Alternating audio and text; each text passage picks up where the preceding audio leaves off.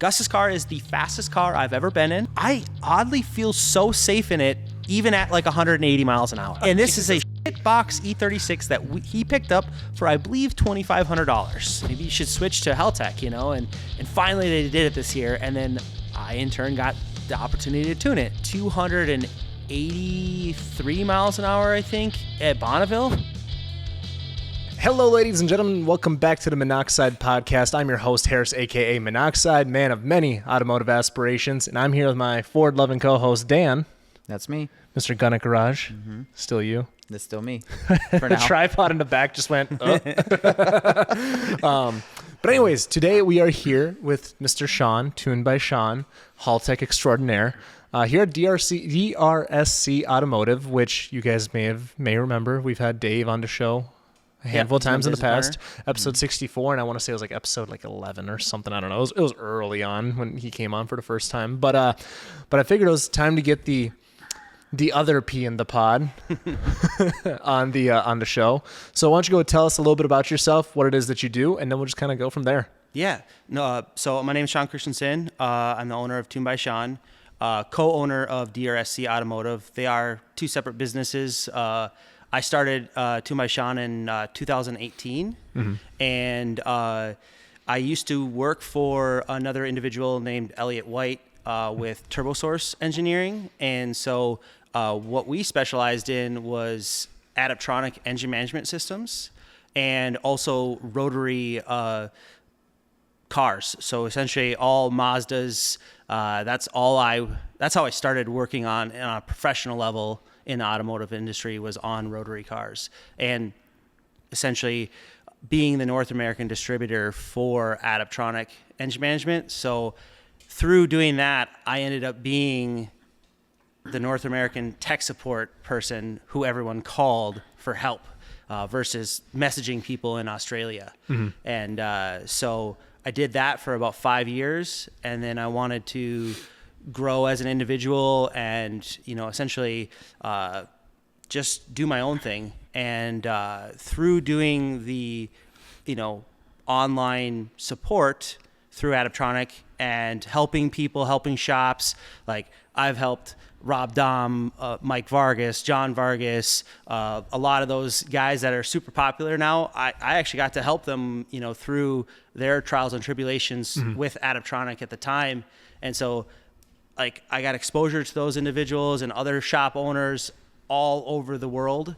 And at that point I was like, well, I kind of really like doing the remote thing with ECU stuff. And I like I got to start tuning.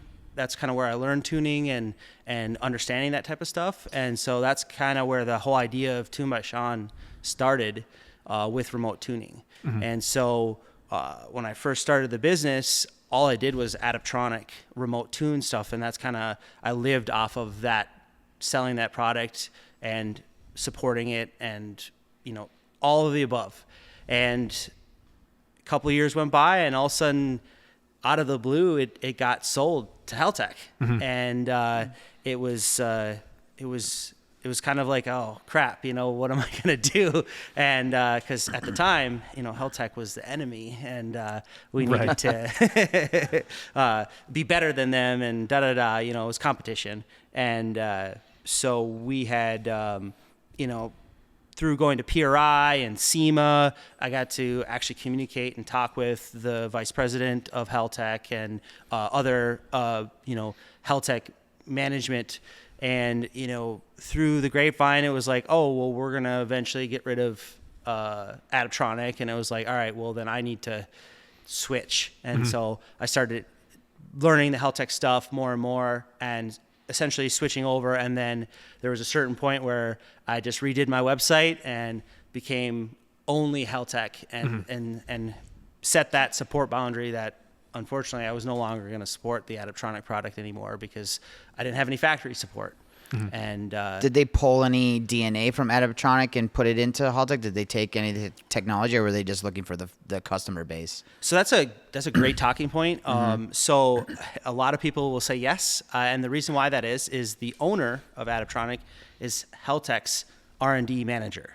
Oh, okay. And so he obviously all the new products and everything like that, he doesn't come up with everything, but he's the manager and he oversees everything, and he does come up with a lot of things. He's an extremely smart person.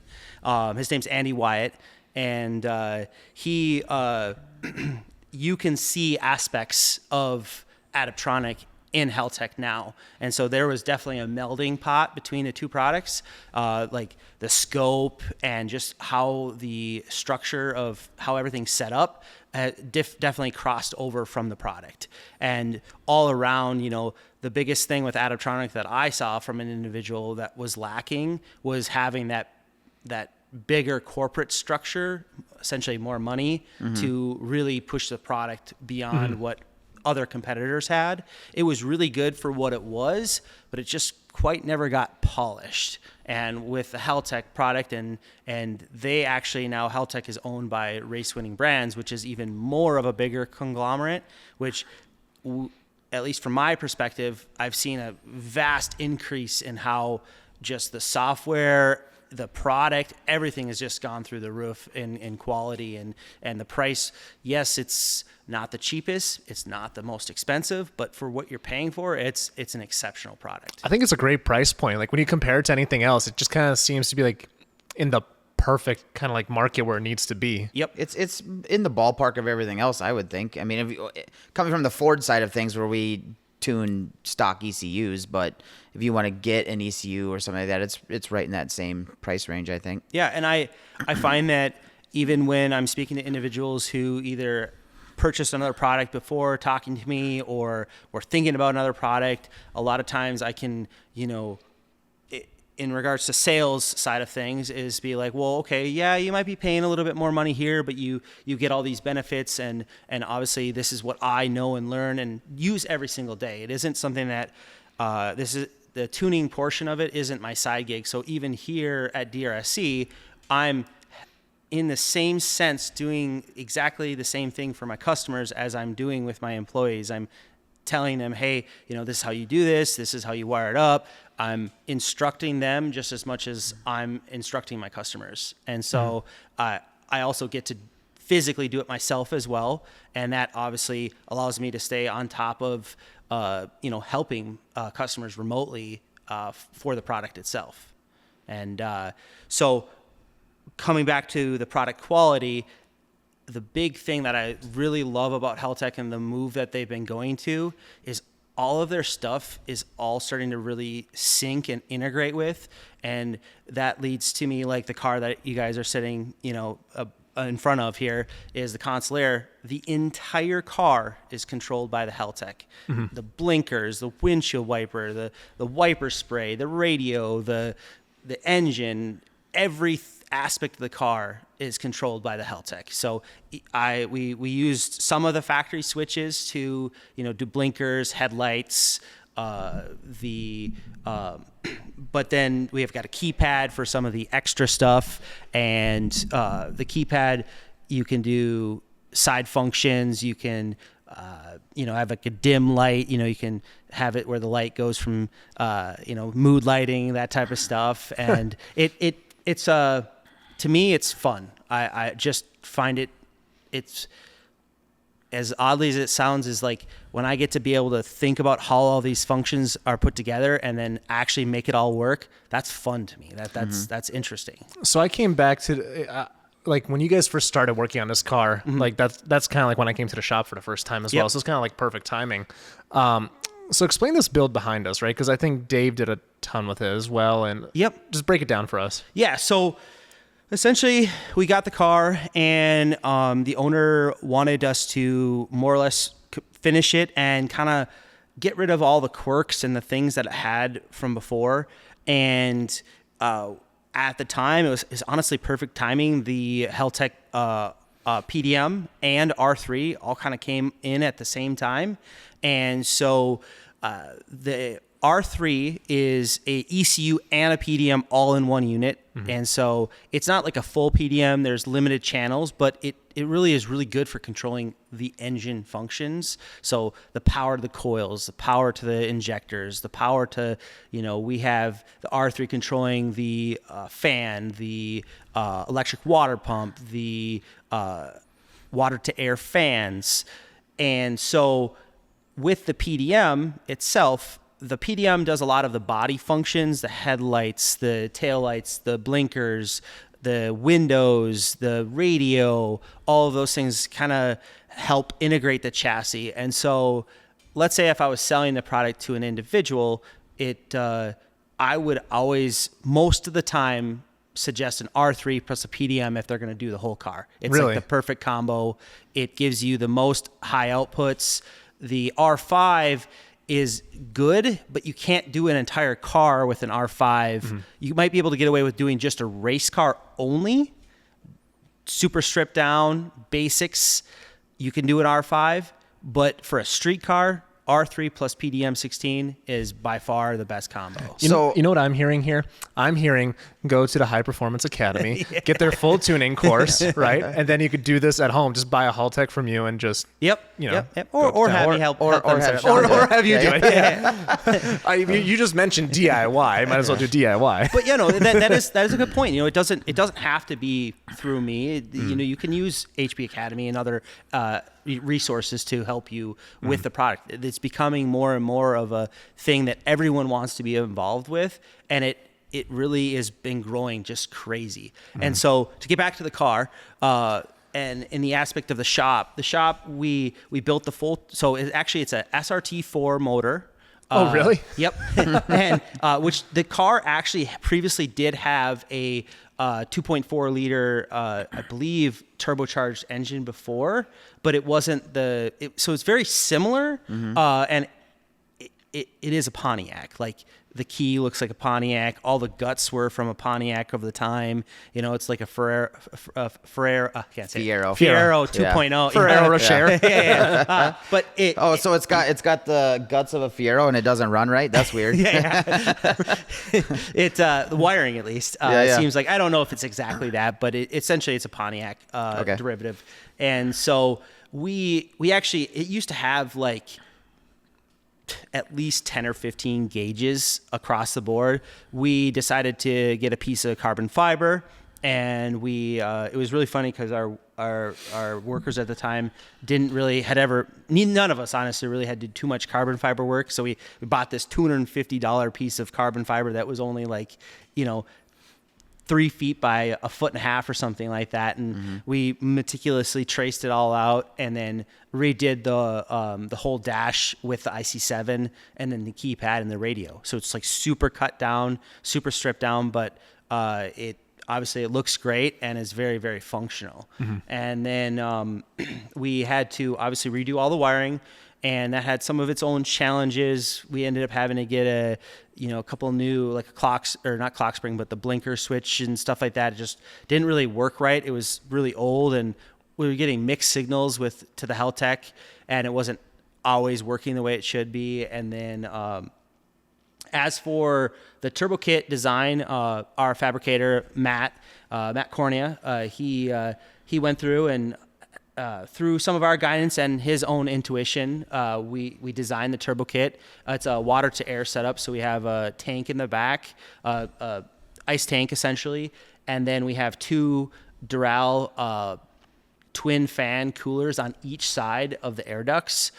Previously there was AC in the car, and then the other side was the intercooler for the car. The owner didn't want the AC, so we went with just 2 of them to try to maximize it for the track use that he likes to do. He also has like an LMP3 car and a Riley, and he actually installed a Haltech on his Riley. The new Haltech Rebel LS.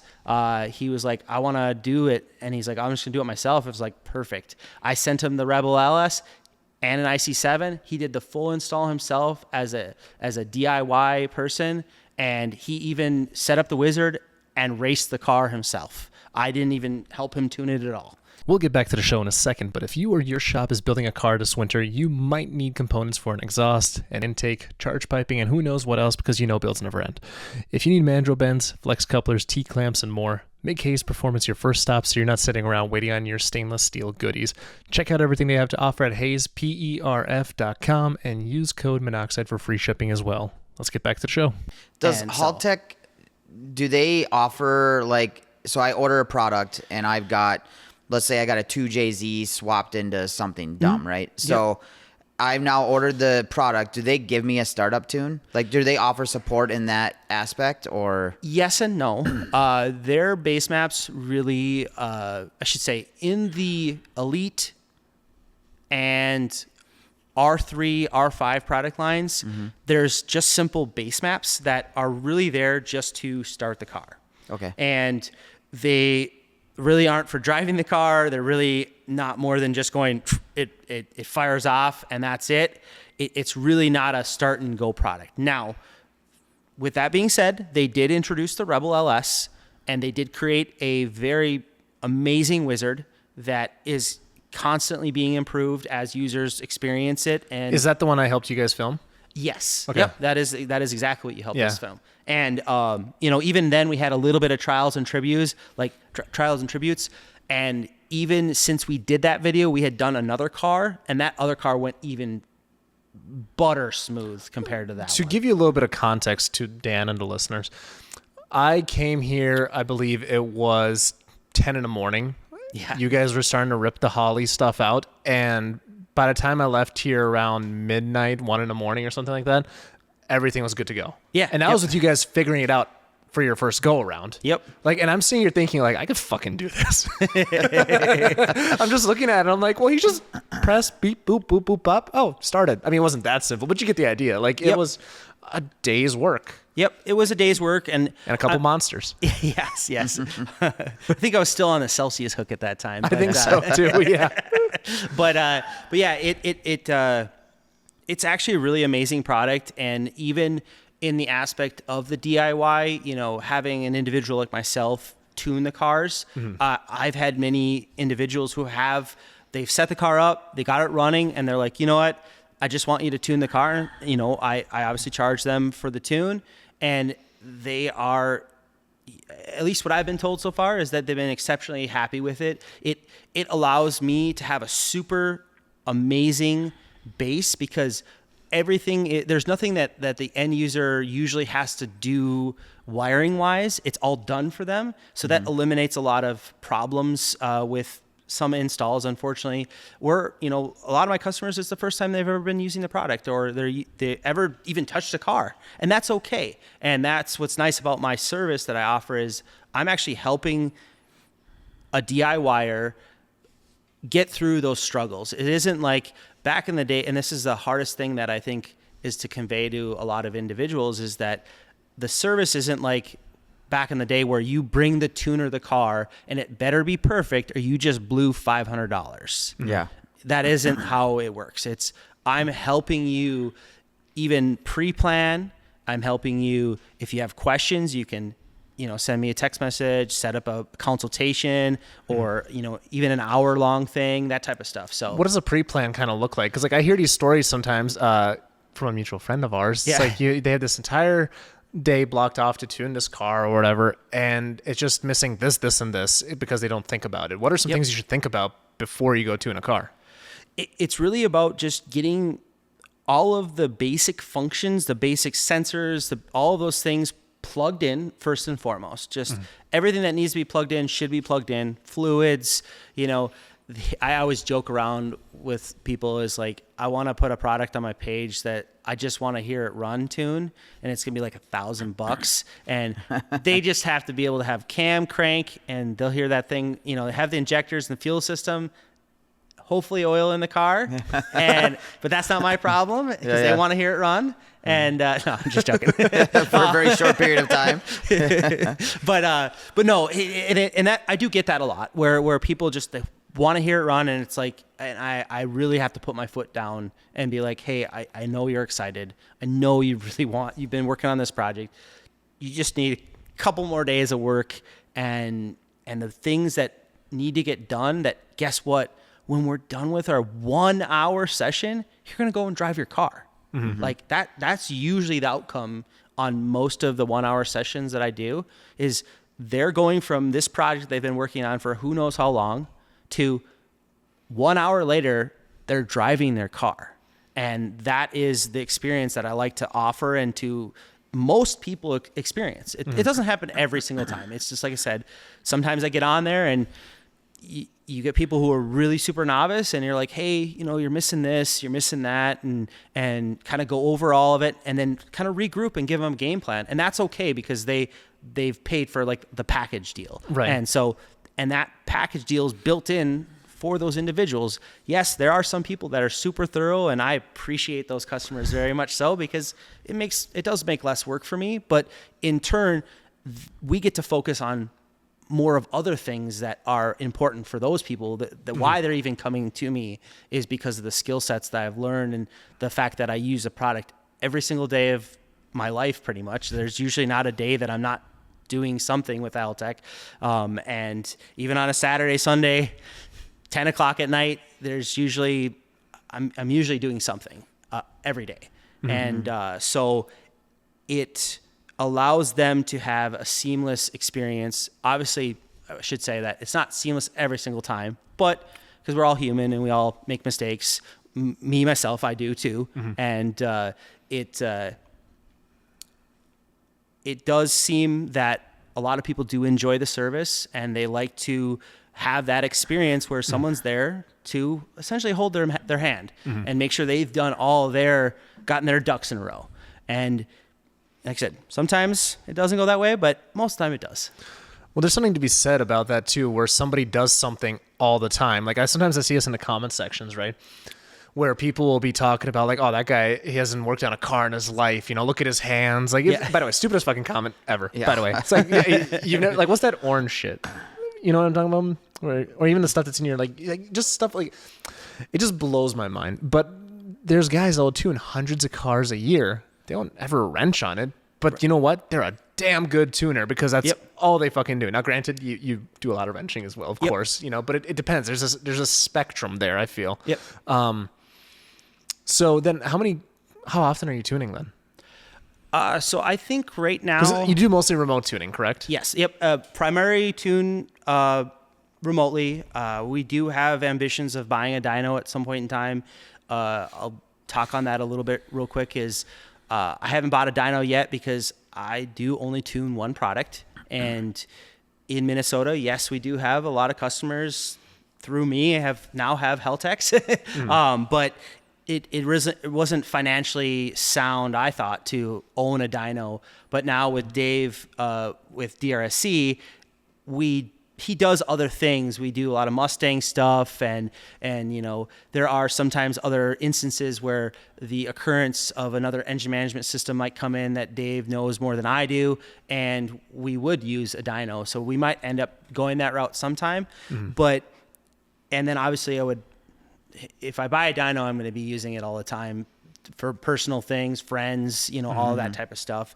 But yes, I do remote tune more than I do physically in person. I actually find that most of the time, even when I do dyno in person, I usually have joined up with JWP Automotive. They're both my really good friends, John and Gus. They're both amazing people, and I go there and we scratch each other's back all the time. And even when I go to tune, if it's a car that's, let's say, over 500-600 horsepower, I'm usually not even driving the car. I have Gus drive it because I can then focus only on the laptop. I don't have to focus about the car or any aspect of the car. I have him handle that entire aspect of it, because it's the same thing with remote tuning. And that's why I say it to a lot of people is like, I feel like I do a better job remotely because I have a train of thought and I can subjectively look at things that are happening in a different light. I don't have the dyno fans going. I don't have this loud car. I don't have a bunch of exhaust. You just lock in. I just lock in. And it to me, I feel like I do a better job. It's hard so I've been on the other end of that, and it's hard even getting a log sometimes, because at first you're doing like these little pulls to, don't go over 5,000 RPM and do it from this to this, start here, go to there. But when you start getting towards the end of it, we're like, okay, I need a wide open throttle pull to 7,500 RPMs. And I'm going, Okay. So now I'm also trying to look at the numbers too to make sure I don't see anything squirrely so I know to kill it before, Yep. you know, the numbers get bad.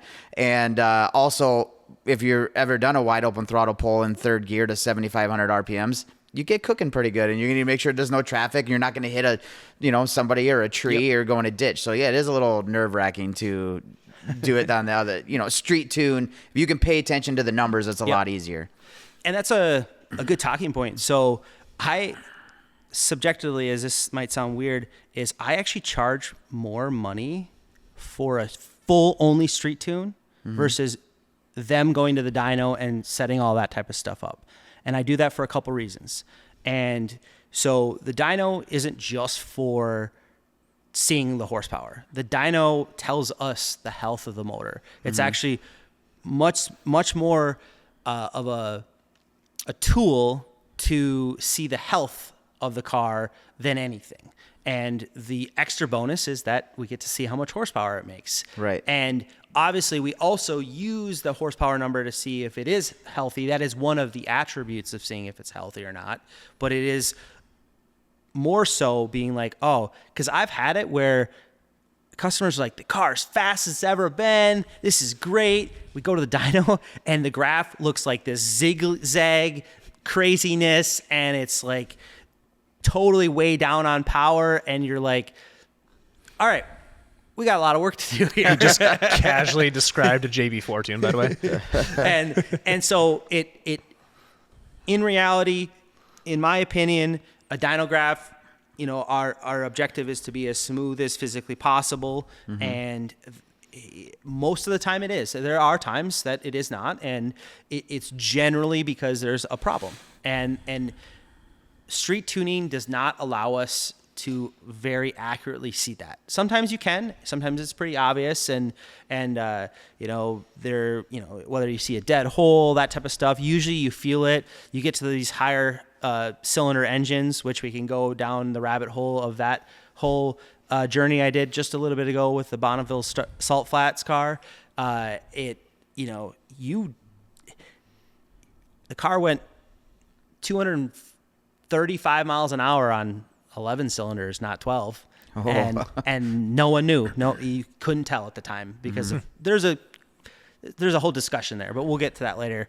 Yeah, we better.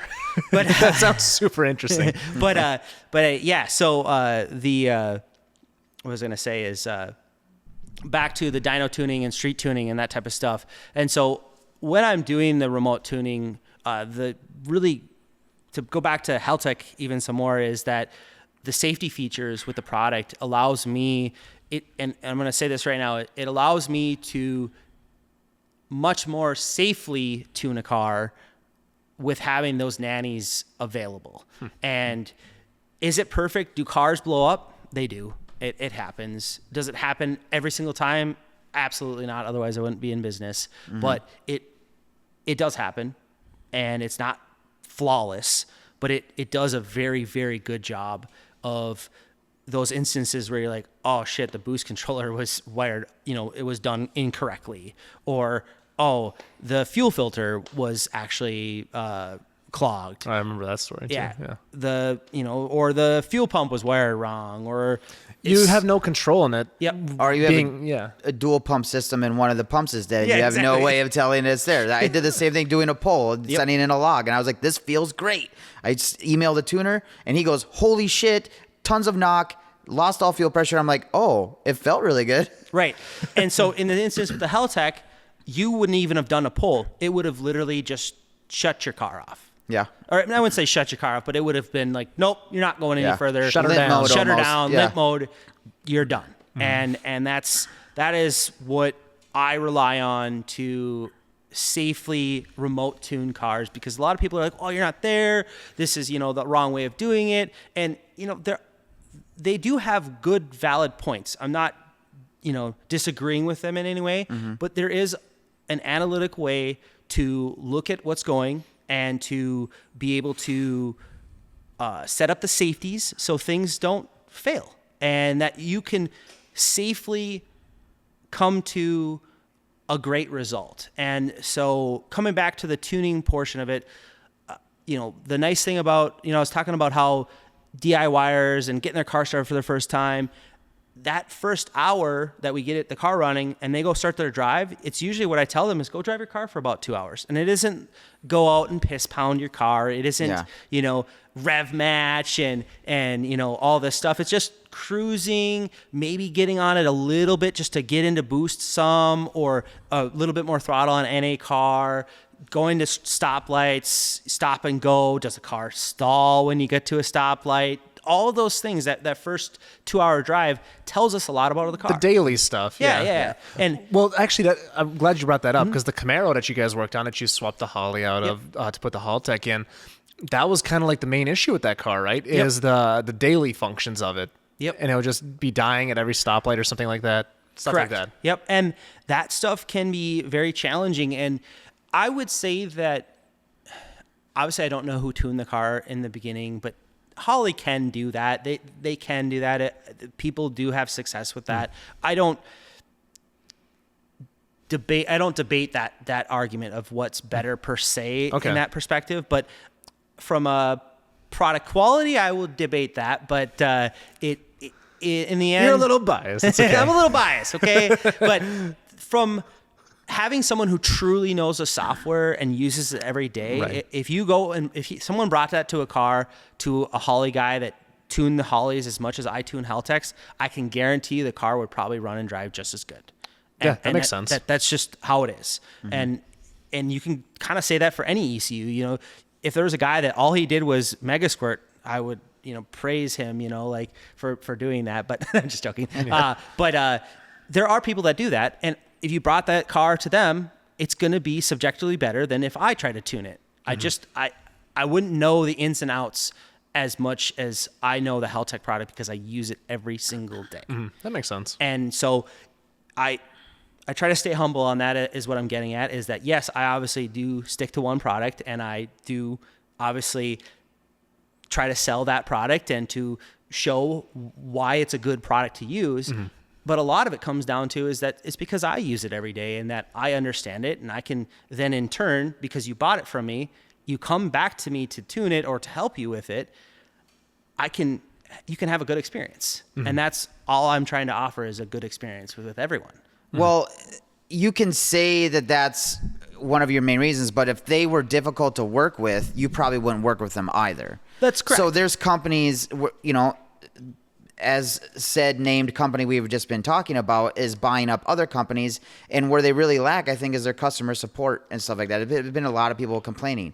From what you're telling me here is, even as they've been getting bought up by bigger companies, they're not, if anything, they're gaining improvement along the way, which is not very common when companies start to get gobbled up by bigger conglomerates. Usually quality goes down, things like that. Right. But it sounds like they're taking that and using that to their advantage and growing bigger and better. Right. So bigger, some would say. More bigger. I'll go into that a little bit. So at least this is obviously only some hearsay, things that I've developed of my own opinion. I don't know anything or nothing in that perspective. This is just my opinion of what I've experienced as obviously a dealer and someone who uses the product, experiences the faults and the things, because nothing is perfect here. But what I have seen is that from before to now, things have accelerated extremely.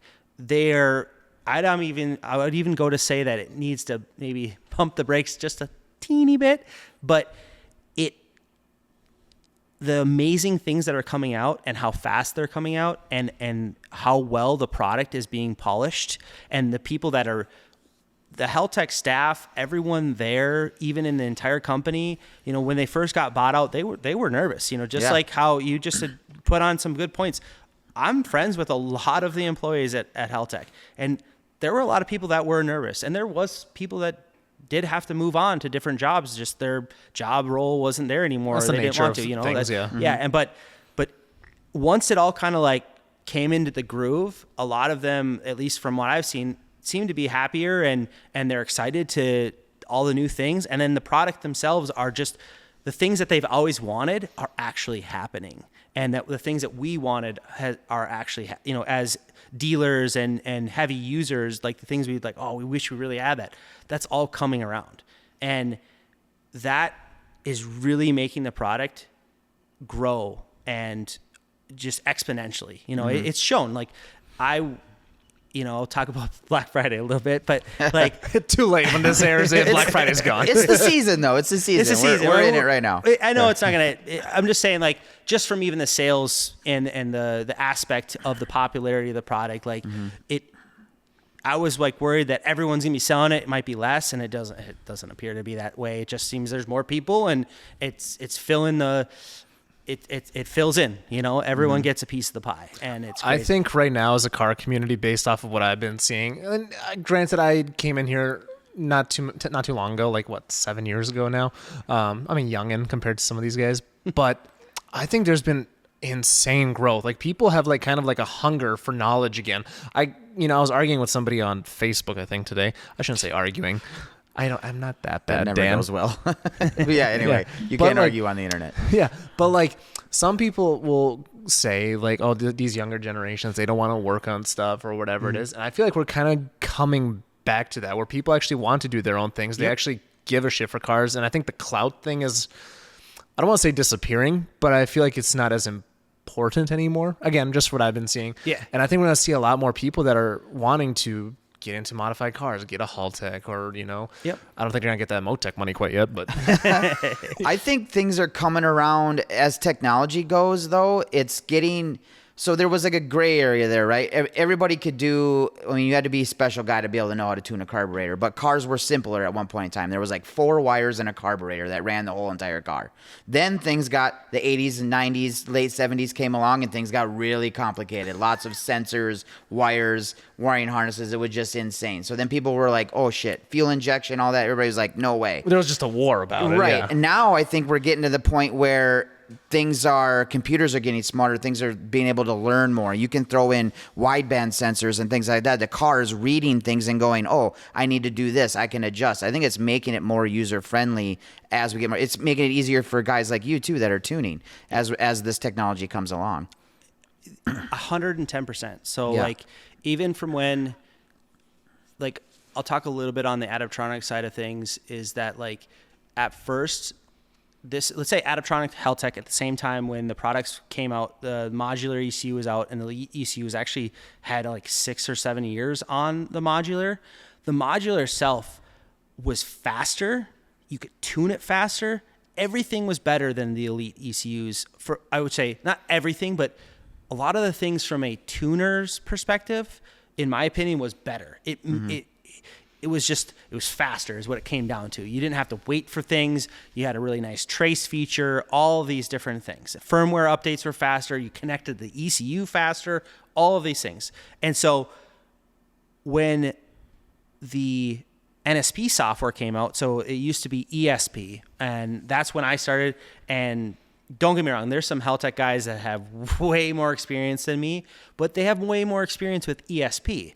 I was around when NSP came out. So I have just as much experience as any other individual with NSP because I came out when it was designed and when it was released. And so I've got to use the software that we use now on Haltech from day one. And so when that new software came out and you could connect to the Elite ECU instantaneously, it was like, thank God, this is amazing. Like this is how Adaptronic was. And then the same features came out, the trace feature, the playback, all these things that were some aspects of Adaptronics. Haltech had some of the stuff too, but it just wasn't as polished. And now even, I think it's been like 3 or 4 years now with NSP's been out, and it's so fast and so streamlined, and the everyday aspect of tuning, I would say, DIY cars that are, I wouldn't say like, what's the term I want to say, like in and out type thing, like real fast. It isn't quite that because every car is a little unique, and some cars are crazy super simple, like, and they can be wild cars. They could be a 1,000 horsepower car, but you do like 2 or 3 pulls and everything does exactly what it's supposed to do, and it usually comes down to the owner who built it and how they built it. And I'm always surprised, I should say, that I have so many people that build their cars out of their garages. I have shops do it too, but I can have just as many problems or, troubleshooting issues with a shop owner. And I can then the next day or even the same day have a customer who did everything in their garage and the car is just flawless and everything works perfect. And you go and do 2 pulls and it's like your boost control's on point, your fuel pressure's great, AFR, is following exactly what the VE numbers are supposed to be. This is amazing. Let's go to the dyno. And then you can have a car where you work on it for weeks on end. Yeah. And that happens, and that's okay. And that's something that is just part of the job. And I personally don't get I should say we all get frustrated, but I don't treat them any differently. Most of the time my package deal includes all of that, and sometimes you win with someone that's really quick, and sometimes you take the good with the bad. I was told that when I got into a certain industry a long time ago, and I was like, this seems like a shit way to go about it, but it makes sense. Yep. And so it all around it, what you were saying about companies getting bought up and then they're going away, AEM and things like that. The Haltech. So a little bit to get back to what I was saying about what I know about the buyout and things like that is that to my understanding, race winning brands, they own JE pistons, Manley, a bunch of hard part, mechanical part. I believe they own Dart too. And they own all these mechanically side of things, and they didn't have an electronics company at all. And they didn't really know how the electronic company worked, any of that type of stuff. And this is just reaching from conversations I've had in the last, even at SEMA here, just, a couple weeks ago or whatever it was. And they really didn't know about an electronics company, but they wanted that to diversify their brand. And so they bought Haltech, and they're using that to grow their company, not to just gobble them up to make their other brand better. Right, just put a bankruptcy sheet. Yeah, they seem to know what they're doing because those names you just named off are the go-to for all of in that industry, right? Yep, correct. So they are race-winning brands, literally. Literally. Yes. All right. So it's been a great ride so far. I mean, literally, I like to be able to, I have another mentor of mine, Phil Shawn, and I know him through the RX-7 community and stuff like that. We chat a lot about business, and he's like, this couple of years ago, he's like, Shawn, you really should just do Haltech and just be the Haltech guy. And I was like, eventually I was just like, okay, yeah, I'll do it. And then I just did it. And, I'm not the only Haltech person out there, but I do subjectively advertise and show off my work as that's what I do. And that's all I do is Haltech stuff. And so it has been, I succeed every year. I've been growing every year, and I make mistakes, and I do my damnedest to learn from them.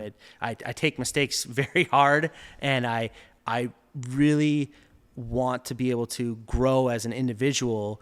And it isn't about just making more money. It's about just doing a good job every day, and then focusing on just doing a good job. Guess what happens? You make money. Yeah. That's crazy how that works. Yeah.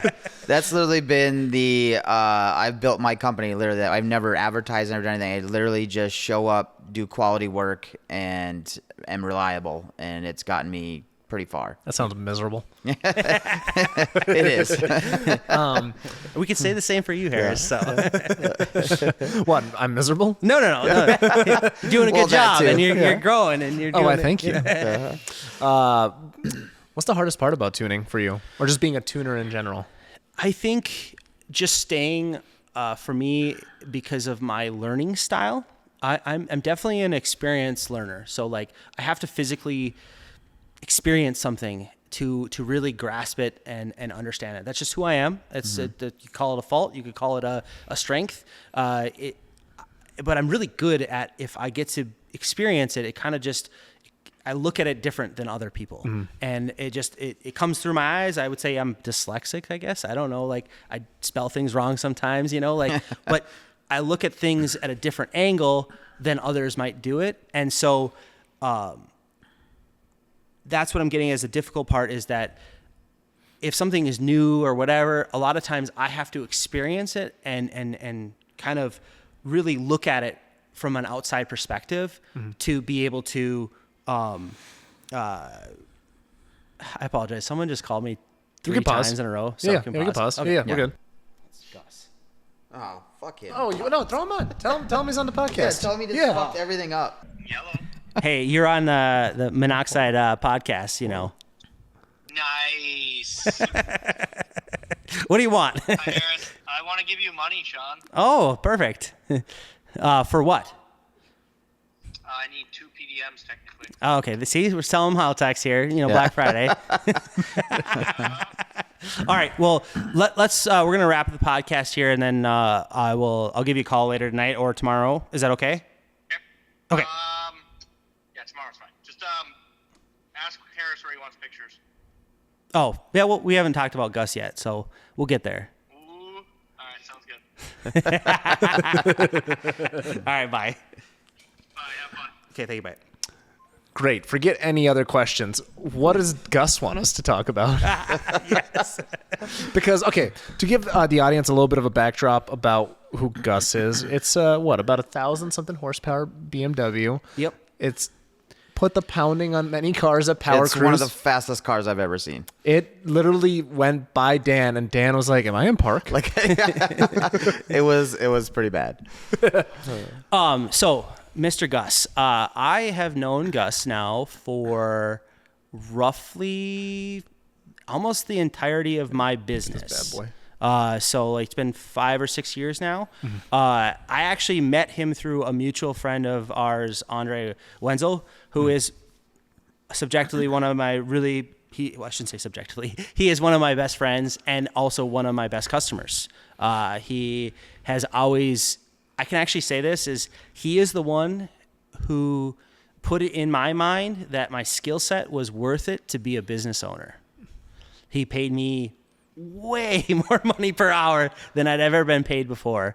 And so anyways, we can talk about Andre later, but I do love Andre. He's, like I said, one of my best friends. Yeah, but that's how you met Gus. That's how I met Gus. Yes. And so I know I keep it just keeps flowing in a different subject. I'll keep you on track. Don't worry. Yeah. But yeah, so Gus the Bus, he's a BMW guy. He came to me with his friend Alex Mauser, who they both had E36s at the time, and Alex had a built E36 that he blew up on a stock ECU, and then he had it all rebuilt, and Gus helped him pretty much Alex paid for it, and Gus pretty much built the entire car, to be honest with you. He did most of the wrenching, pretty much assembled the entire car for Alex.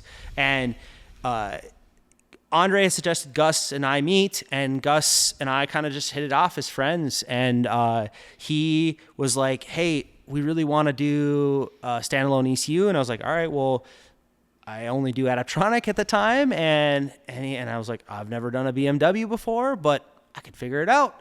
And so I busted out the all data documents, and I essentially reverse engineered the BMW harness. And I created, for Alex's car, I actually created a jumper. So I took a factory ECU and I took out the PCB board, and then I actually took a heat gun and pulled off the header, and then I created my own jumper harness after reverse engineering the wiring diagram. And we got the car running. There was a couple trials and tributes of it not running right. And, to this day, it still happens every once in a while. For some reason, I don't know what it is on that diagram, but I mix up the 5 and 6 ignition coil. So it's always first start has got that first miss too. And but no, it's been resolved since then. But it was a problem that's happened a few times. So we made, I think, like 800 horsepower, and that was honestly the first piston car I ever tuned. And That's crazy. So like I had tuned many rotary cars at that point in time, but I had never tuned a piston car. And I believe Alex's was the first car I tuned with Adaptronic and a piston car. And so essentially from that point on, Gus was hooked on me and I was hooked on BMWs. And so like we've kind of just tag teamed for the last 5 years. He's learned his skill sets through BMW stuff, and through him learning through BMW stuff, I've learned through BMW stuff. I've essentially perfected the product at this point. It's a product I sell where I take a BMW harness and then I just simply cut off the plug and pin it into a Haltech engine management system now, not Adaptronic. And he's pretty much pushed me into really understanding that platform subjectively more than almost any other platform, because he keeps pushing the limit on his car. I've helped him. I essentially quote unquote sponsored him at the time. Like I helped pay for the first turbo kit and kind of R&D. It was kind of a business project / help a friend out type thing. And we've seen the size of the sticker on his car. Yeah, it's pretty big. Okay. It's almost as big as the Fig Newton sticker.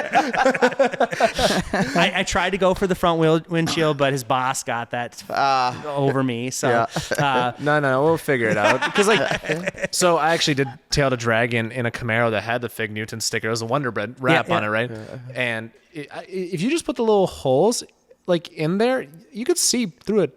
Pretty good. All right. Let's not say pretty good, but also, well, it depends, right? If you're doing straight, might be an issue. But if it's like a car where you take corners with it, who cares? You don't even have to worry about the windshield. Exactly. Hey, drift car, you just look out the side, Yeah. But anyways, Gus's we'll car actually goes. Gus's car is the fastest car I've ever been in, and it is the safest car. It sounds really weird. Okay, now I'm skeptical eyebrows. It is skeptical, but I oddly feel so safe in it, even at like 180 miles an hour. And this is a shitbox E36 that he picked up for, I believe, $2,500. And it's been the same car for the last 5 years. And it has grown and grown and grown. Like, it was so funny the first time we got that car running on the Haltech. Or no, I think it was on the Haltech. And it was in the middle of winter. And we were like, because it was just had the eBay turbo kit the last owner had on there, and it was just blowing off the tires. Obviously, it's like 30 degrees out or 20 degrees out. Yeah. When we shouldn't be fucking around on the roads, but we were. And typically E36 owner things. And we thought it was fast, and we go to the dyno and it made like 240 horsepower or something ridiculous at the first pull. Where we thought it was. I think we ended up like maybe 350 or something like that. Okay, that's zippy. That was the first time, and it was a stock block, and don't mean to admit this, but between Gus and I, we have blown up probably equally the same amount of engines together through our own shenanigans. And so the thing is he is the man, the myth, the legend in regards to swapping out E36 motors. We will pull the engine at 7:00 at night, and by 4 to 6 o'clock in the morning, it's running again, and we're back on the dyno, and the car's running again. We watched him do a head gasket at Power Cruise, and it was all while we all stood around and drank beer and watched him do it. I think it was like a few hours from start to finish. It was 2 hours. I literally had called him, and I said, hey, do you need anything? And he's like, nope, I'm swapping the head gasket. I'm like, all right. I get up there to help him. I literally pull in to the track. His head's already back on the motor, and he's putting the exhaust back on. And I'm like, well, I guess I don't have to do anything. We helped him. We held the flashlight. But no, like it's really helped me learn my craft, I would say. And so I'm very grateful for him, because I know he spent a lot of money, but I've also spent a lot of money on that car. And the funny thing is in the beginning, I ended up spending more money, but I think, I shouldn't say think, I know he has now spent more money than I have, and that's fine because it's his car, and we've grown together, and we play off each other in regards to pushing the limits, and I've gotten much better about, really focusing on keeping the car together now, more so just because it looks good for business to have the car out there all the time and doing That that car kind of stuff. mops up, dude. Yeah. There is actually a good reason that your sticker's on the back window, because that's all you ever see. That's of that all you car. ever see. Yeah. Gus is so. This is the other aspect is Gus has actually given me a lot of challenges in my career, and like he was actually one of probably like the first. I'd argue say maybe 5 people in the United States that had a working DCT. And when you say DCT, explain that a little bit that's more. a dual clutch transmission. Right. It's out of a BMW. I always get the names right or wrong. Maybe if Gus would actually go on the podcast, he'd tell you exactly what they are Tell him from. to hop in his fucking car. We'll pause the podcast. He'll be here in 25 minutes. He does have to pay me for Black Friday. Tell him to bring the check. Yeah, bring the check. So he challenged me with doing that. It's something he wanted to do because he saw it and he just was like, I want that in my car. Right. And So clarify that because I'm not exactly sure I fully understood. You said on the first 5 DCTs, like in the country on a Haltech, or what exactly are you Like saying? swapped into that particular swapped into E36. any car. Yeah, okay. Any car. Like there was very limited. So it was HEG, which heaven forbid I'm not going to get into that. They're just not really a company anymore, but they were a new company at the time, and they had a product out there that allowed you to essentially fully control the DCT. They were one of the first people to do it publicly. And so everyone was struggling. Like this was just this race of information and trying to do the job correctly. And to be honest with you, it took me, I think, 3 or 4 tries on Gus's car and a Mectronic unit which thankfully we got really lucky. There's actually a company called BMW Recycling just like 3 miles away from here that Gus actually worked at the time. And he happened to have a Mectronic unit that we got for like $150 at the time. Shit. Like right now you probably can't get one for like $1,500. Oh, wow. And so like we got lucky because what it is that the solder points are so small. And to be honest with you, soldering is something I've done in the past, but it was never a craft. And that challenged me to put my soldering skills where I don't ever want them to ever be again. You don't want to make iPhones? No. From my understanding, I've done a total of 4 cars, and all 4 of them actually do work. And but beyond that, it was kind of like I even had a 3D printed like a mock-up board, so I could position the mech unit so it'd be easier to solder because it's kind of like awkward thing because it's got a bunch of solenoids and position sensors and stuff like that that are all on it, and when you can't like put it on a flat surface. So I had a friend 3D print me this Like a block, jig or something like a to say. jig, so I could Okay. actually solder perfectly on it. And like Gus's current setup, we've broken the we've broken the trans through horsepower, and most trans, they've lasted over a year or so, and this isn't just someone daily driving this car. This is piss pounding. Oh yeah. It's the tires are always spinning, shredding, on limiter, I saw the banging video. gears all the time. There isn't an instance this car isn't being thrashed. So the transmission this one just broke, like it was about a year and a half, and it finally shredded, like I think 3rd or 4th gear. It just completely shredded it. But we literally just went through, desoldered the board real quick, and when there was a company called DomiWorks, they made this adapter board for HEG, and that like made we didn't do that right away. We started with just like our own little crisscross wires, and the one thing I learned, this is at the time, and this is through my learning experiences, how like Gus always wanted me to use these non-resistor spark plugs because previous tuners that he'd saw through the grapevine in the E36 community would use it because it does inherently have more spark because there's no resistance. But when there's no resistance, it actually creates a big EFI, electromagnetic field, EMP, sorry. I'm saying I already said the analogy wrong 3 times now. But anyways, essentially electromagnetic interference. And we were having all these problems with the DCT, and I was like, wait a second, what spark plugs are we using again? And he's like, oh, these ones. And I'm like, and this is at the time I was still in the learning stages of things, and I was like, wait, I just heard the other day that this causes this problem. And I was like, let's change the spark plugs. He's no. And they're like, we should change them. So we did. Literally, the DCT started working perfect.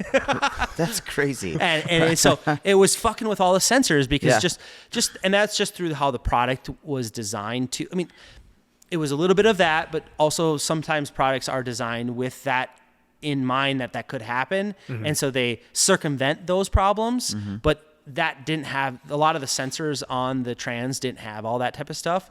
And so as soon as we did that, it started working. And then, through just, breaking things, learning, blowing up engines, we ended up doing the DomiWorks board eventually and really making it professional. And that's what he's been running for like the last 2.5 years. And like I said, the last transmission, I think it's been year and a half, at least year and a half, 2 years, I should say. Just well over 800 to 1200 horsepower the entire time, just being destroyed the entire time. And the most we've made is roughly about 1200 horsepower. Jesus. Which that's on dyno jet numbers. On a Mustang dyno was like around like high nines, I think it was. Yeah, high nines. Yeah. It was 997 or something like that. And he's been, it's been kicking his ass, but it's a little bit of stubbornness, which is, I love it because we've really been able to push the limit and understand certain things. Like that car is making 1,000 horsepower on stock 5/16 fuel lines, and it doesn't lose fuel pressure. I mean, I should say above 1,000 horsepower or above 1,000 horsepower Mustang numbers, it does start to lose fuel pressure.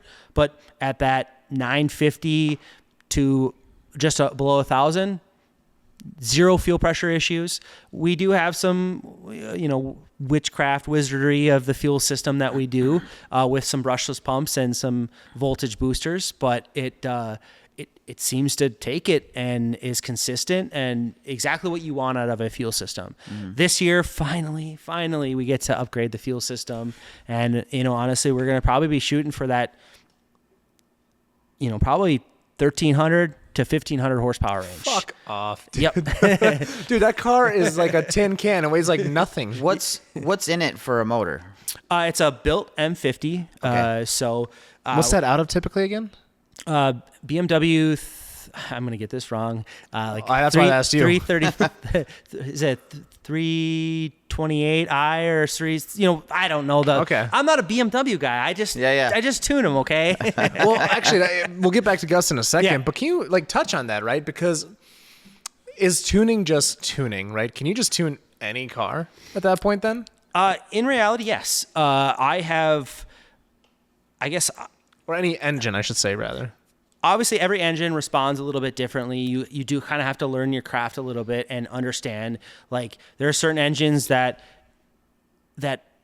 need more timing, but isn't because the engine needs more timing. It needs more timing because the belt on the belt it's belt driven and it stretches as you go up in higher RPM. So you use a higher timing table, or you can use an offset table too. There's many different ways to do it, but there's just different engines take more timing in general, and there's a craft behind it. I am still, I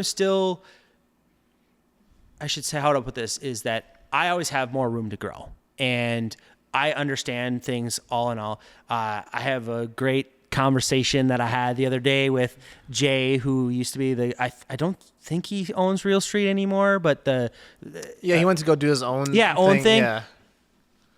What's it called? Is it like Meager Performance or something like that? Something like that. Something, yeah. I have a great story with that. I come to the Bonneville car.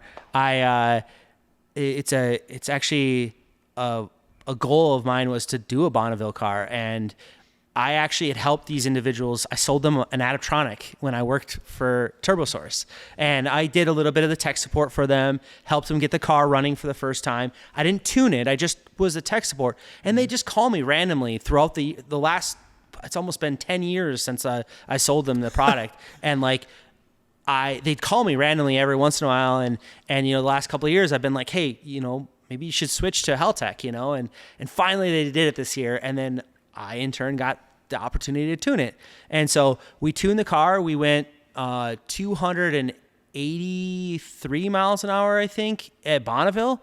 And now to get there though, they first went out there, and because every time they went to Bonneville, they blew up the car. But prior to me helping them or anything like that, and so they were very touchy about going to Bonneville, because they're like, every single tar they would literally just destroy a piston, and so I set up all the nannies, because I myself, and this is something I expressed to them, this is new to me too. Like I'm helping you. I'll do the best of my knowledge, but this is new to me too. Mm-hmm. And so we went out there, and they kept hitting lean cut, and it was like, and then they were kind of upset and and then the guy I was helping, the main guy that interacted with me, he's like, guys, the car isn't blowing up. It's hitting this lean cut because there's obviously a change, and there was so many things. And like at the time, I was actually at Ice Cream Cruise, and because they had not had me come out there, they wanted to do the remote thing, and the internet wasn't working really good, and their internet wasn't working really good, and I'm like, dang, like this sucks. Like I don't want this to go bad for them. They're the owner of the car is 84 years old. He's not the driver. He's just the owner of the car. Yeah. And so to him, it's he doesn't have the, time is limited in a way, And I say that because that's actually what Jay said. And Jay, all of a sudden this guy named Jay, I didn't even know who it was at the time. And this is embarrassing a little bit. And he gets on the phone. He's like, what's this He's like, why do you got a Haltech on this car? Should have a Motec. And I'm like, well, that was rude. Oh, who is this guy? But he didn't say who he was. I just knew him as Jay. And that this guy, because the way they said to him, he's like, oh, there's this tuner for another team that he's willing to help us. And I was like, okay, that's fine with me. I'm a humble person. I'd rather see you guys be successful than have all the glory. You know what I mean? Right. And so in reality, it was a team effort. There was like 3 or 4 different tuners that all had different aspects of things of the car that they had one guy do some AEM integration on them. I don't know anything about that. They did all that. And then there's another guy that helped them troubleshoot some of the trigger patterns that, they got to a certain point, but then it ended up being, I figured it out. It was really weird thing that I had to stumble on and figure out. There's multiple people that struggled at it. It's not an easy thing. It's not an easy thing. And because this is a custom V12 engine that Pete and his friend Kevin built in their shop in California. I believe it's in California. And so they're on Bonneville. They hit lean cut a couple times, and all of a sudden I get this Jay guy on the phone, and he's talking to me, and he's like, oh, why didn't you do this? And I'm like, oh, I'm doing my best to stay within the lines that this group of old guys that are kind of stuck in their way a little bit, and I want to be careful I want to be a part of the team. I don't want to be just this person that says we have to do it this way. And it's funny. Jay's like, well, you should just tell him what you got to do, and that's a lesson learned from someone who has so much more experience than me. Mm-hmm. And I'm sure you muted a microphone at one point. I was like, who's this fucking guy? 100%. And so anyways, the best. We get through it. The car goes, 283 miles an hour. And guess what? We lost a piston. And I was like, fuck, God damn it. This is, let down on my side. I didn't do a good job or whatever we did, and long story short, what ended up happening was actually a machining problem. Is that the duration because this is a 14.5 to 1 compression motor. Oh, shit. And what was essentially not machined properly was that as it went down the track, and at Bonneville, it's so much longer than El Mirage, the heat in the engine built up so much that the piston expanded and actually hit the top of the head. Holy shit. Yep, and that's what happened. It didn't melt down. All it did was it smacked the top, and I think it broke a ring is what happened. And so no other pistons did it. It was just the one piston that got too hot, and it smacked the head. And so Well, when you're running that high of a compression ratio, there's not a lot of room. right, correct. And so anyways, a week or two went by where there's a little suspense there because I didn't actually hear about the whole machining part debacle thing, thinking that maybe I had made a mistake or XYZ, and I should say, I in turn would admit to say a mistake of maybe being not as put my foot down in that situation where I should have been like, no, you guys need to have EGTs. We didn't have EGTs. The thing with EGTs, as you can see the heat rise, you can change the lambda to richen up the mixture to cool down the charge, which in turn may have prevented that piston from getting as big as it did. It may have not gone as fast, but at least we wouldn't have lost an engine at that time. We would have learned from that aspect. Now, that's a learning experience there in something that I had no clue about. And then in turn, so as we go on with time, I learned that, and then they like to make these cool YouTube videos. It's pretty cool. I can get the link for that later for you. That's not the sandwich guy, is it? No. I got to look it up on my phone. I don't have the exact thing on there, but You've seen that video though, right? Where the guy puts a sandwich in carbon fiber or whatever, and then he actually, you know what I'm talking about? I have never seen No, it. they do something with like a land speed car or something. But also he puts this video together, and then he comments on all the people that were a part of the project, and then there's Jay, and I obviously know his face, and I'm like, smack on my forehead, and I had his phone number because we were talking, and I texted him like, oh man, I'm sorry I was a little spicy with you. Like I just, and he's like, yeah, I understand because I kind of was attacking you in regards to Haltech. He's like, I hadn't used a Haltech in like 6 years. So he was back when it was ESP and back when they were a smaller company. And that's his experience, was that it wasn't as good as, what he thought it should be good, in a certain way, and did certain aspects. And he even admitted that. It was so cool and so humble of him to say that. And then I even got to see him at SEMA, and we got to talk to him. I got to shake his hand, which was really great, cool experience. And, he's so funny because he's like, you're young, and so you got a lot to learn. And I'm like, yeah. And he's like, don't take this the wrong way. And I'm like, yeah, I know that. I know that. And it was really cool and humbling in a way. So, but anyways, so Jay, told me about some of the timing stuff on, having a 2-valve and a 4-valve and things like that. And just things that I, obviously I learned certain things through, like I was explaining earlier, is I learned through experience, and and that is the struggle sometimes with tuning for me, is that a lot of it is purely experience based. And I just happen to be really good at learning really fast. And so that's one, to come back to that. Yeah. But anyways, so we went to El Mirage. I haven't actually gone to El Mirage. Hopefully next year I'll get to go there physically. I really want to. I think I'm just gonna, if they don't want to pay for it, I probably will just do it myself. I know I'm admitting this on the podcast here now, but don't worry. I always tell everybody 3 cuts. But no, I don't care. It's something I just want to do and be a part of. And were you remote tuning for the Bonneville one then too, or did you fly in? Nope, I remote tuned it. Yep. Okay. Yep, I remote tuned it. There's a dyno video of it. Yeah. I have it on my Facebook, and then they have a full, they have 3 videos of it, and then they have the racing videos and things like that. I think the exit speed was, actually 286, but the still slower than the average Altima on 94. Yeah. But the average speed or whatever they calculate was 283. And then that was at Bonneville, and then we went to El Mirage. They went to El Mirage twice.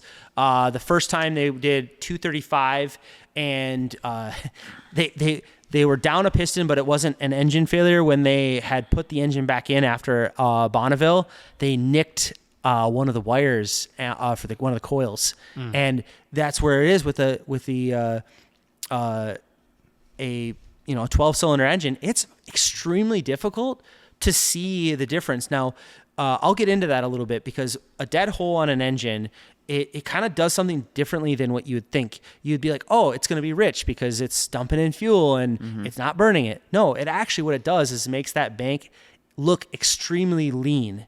So like if you have closed loop fueling on, it will just dump a bunch of fuel in, and one bank will be completely saturated by fuel, and their trims will look way off, because it's just what it is the best analogy here is an engine's an air pump.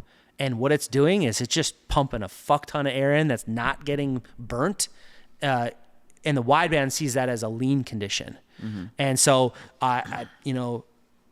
it's one of those things where you kind of go, oh, you've got a dead hole. Like I don't, it's so weird how I grow as an individual that over time, it's like, all of a sudden it's like, I'm saying that to people all the time. Oh, you have a dead hole right now. Go figure out what cylinders like dead. That's your problem. Like you got a dead hole.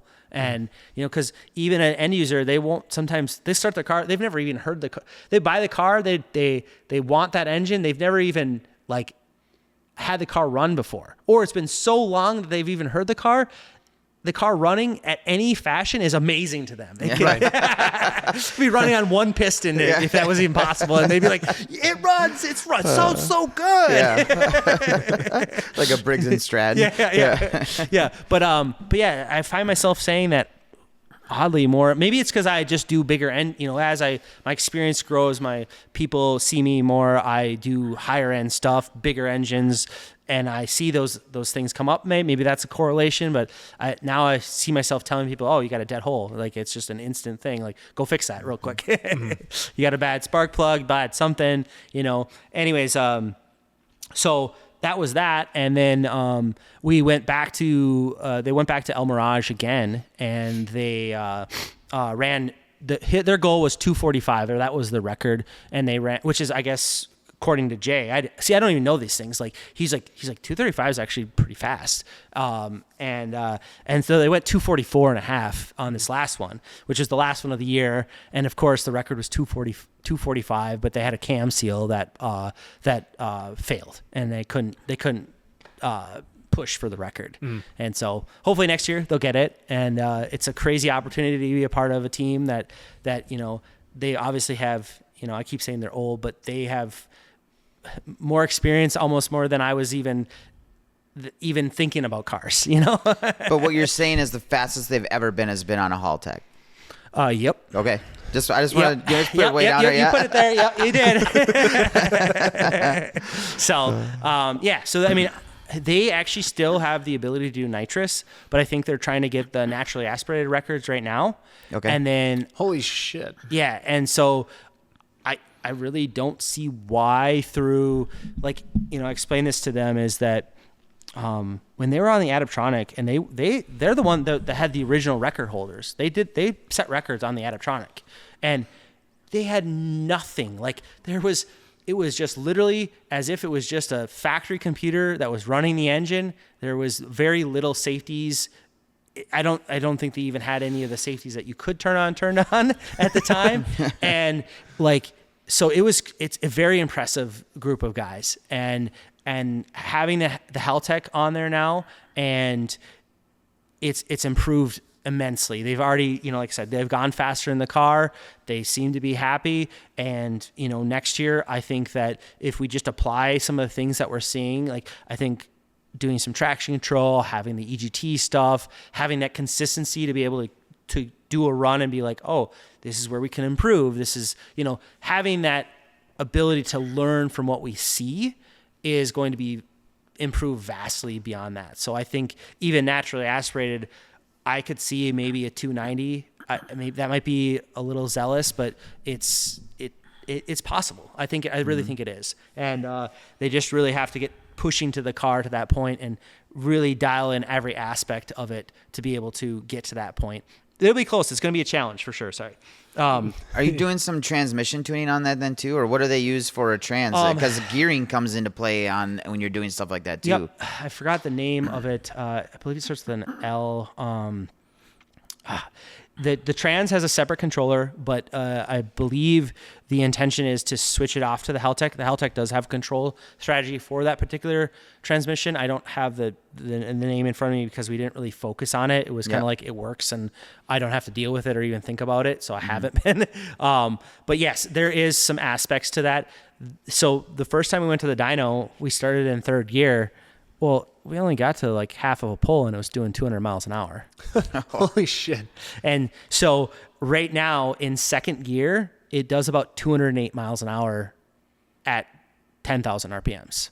Wow. So we can't even do a full pull on the car on the dyno because all dynos industry-wide, at least to my understanding, have a speed limit of 200 miles an hour.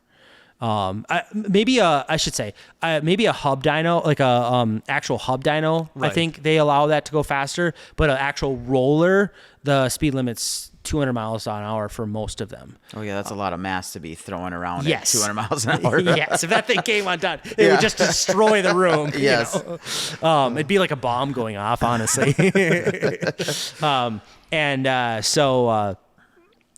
was going to say is, yeah, so we had to deal with that and just certain factors, you know, like it's just learning and being, I have learned over the time to try to be a part of the team. I admit a fault to me is sometimes I've tried to be a part of teams in the past and I've gotten essentially kicked off and that's a lesson learned, you know, a growth that I've seen for myself. Mm-hmm. And so I've been trying really hard to just be a part of the team, but also kind of, I guess in a way, a leader in the aspect of the engine side of things.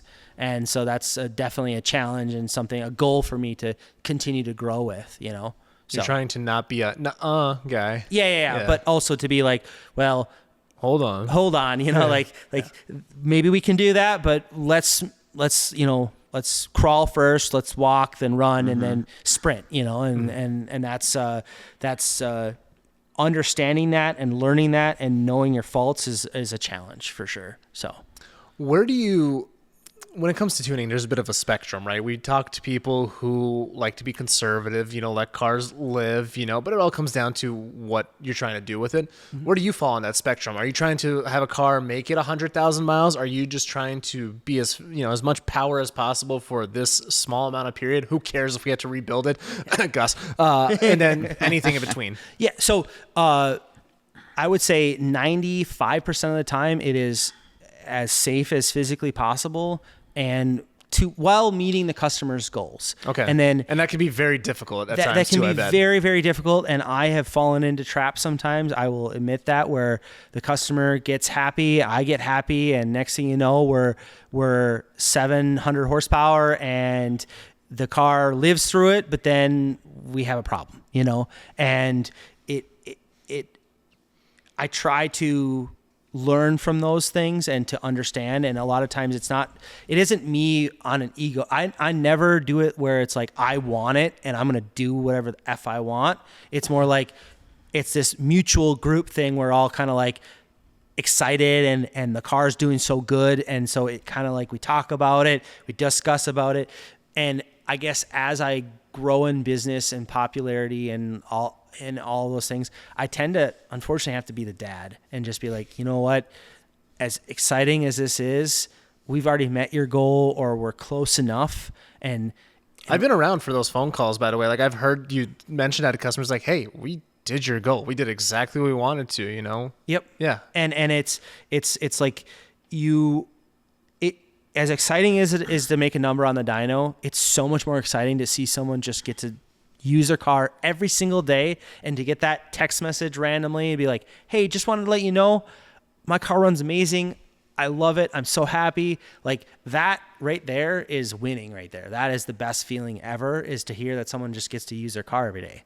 And so I really try my best to just offer the overall experience, like a good drivable car, try to focus on drivability, making sure all that stuff's going there. Sometimes we get carried away. We're all human and we all make mistakes. And, sometimes what I find is I guess another challenge in tuning is that let's say you're troubleshooting this problem, you're troubleshooting it. Sometimes some of the other things that need to also get resolved, they get missed. And it's about being able to circle back around and be like, hey, great, we fixed this.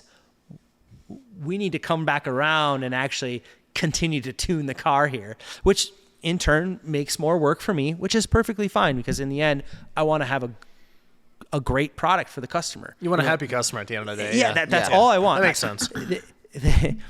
Sometimes you get people who are upset, and this is understandable, that they'll be like, oh, you're just money hungry. You're just trying to make a dime off me. It's like, that is the. Well, how do you counter to that? My counter is that if I only did that, I would be out of business faster than I am growing. Well, you look at certain people that are still around too. Yes, but in I guess in the tuning perspective, I find that word travels, things happen. It's way faster when it comes to tuning. You're 100% correct. It does. Shops can survive. Like bad shops can survive for a while. 100%. Tuning, yes. 100%. You're the easiest one to throw under the bus. Yep. And I do take that to heart. It really does bug me a lot. Like it's something, if you could say what you lose sleep over is an upset customer. Like it does bug me, and I don't want anyone to be upset. And I've had these tough conversations where people have brought their car to someone else and they did a better job than it, and then they're mad at me, and it's like, and then they start to bash me on the internet, but then I'd be like, hey, let's have a conversation face to face or on the phone. And I would say 9 times out of 10, those individuals, after we get off the phone, they are apologizing to me, and we come up to some sort of agreement to how we can resolve the problem. And it's about being like honest and cordial and being like, hey, all I ever wanted for you is to be happy and to have a great experience. That's my main goal. And it sounds like a comeback story in like a rom-com. Yeah. All I ever wanted. Yeah. You to be happy. Yeah. But it's the truth. Yeah. It's the honest truth. Yeah. And I want nothing more than every single one of my customers to be just happy with their car. And a better job is a spectrum too, though, right? Like, Exactly, yeah. define what a better job is. Right. Is it, Yep. better at this thing, but not this? 100%. And so if, like what we had said earlier, is as long as I just focus on that you are having a great experience, and then you in turn, you as a customer have a great experience, guess what?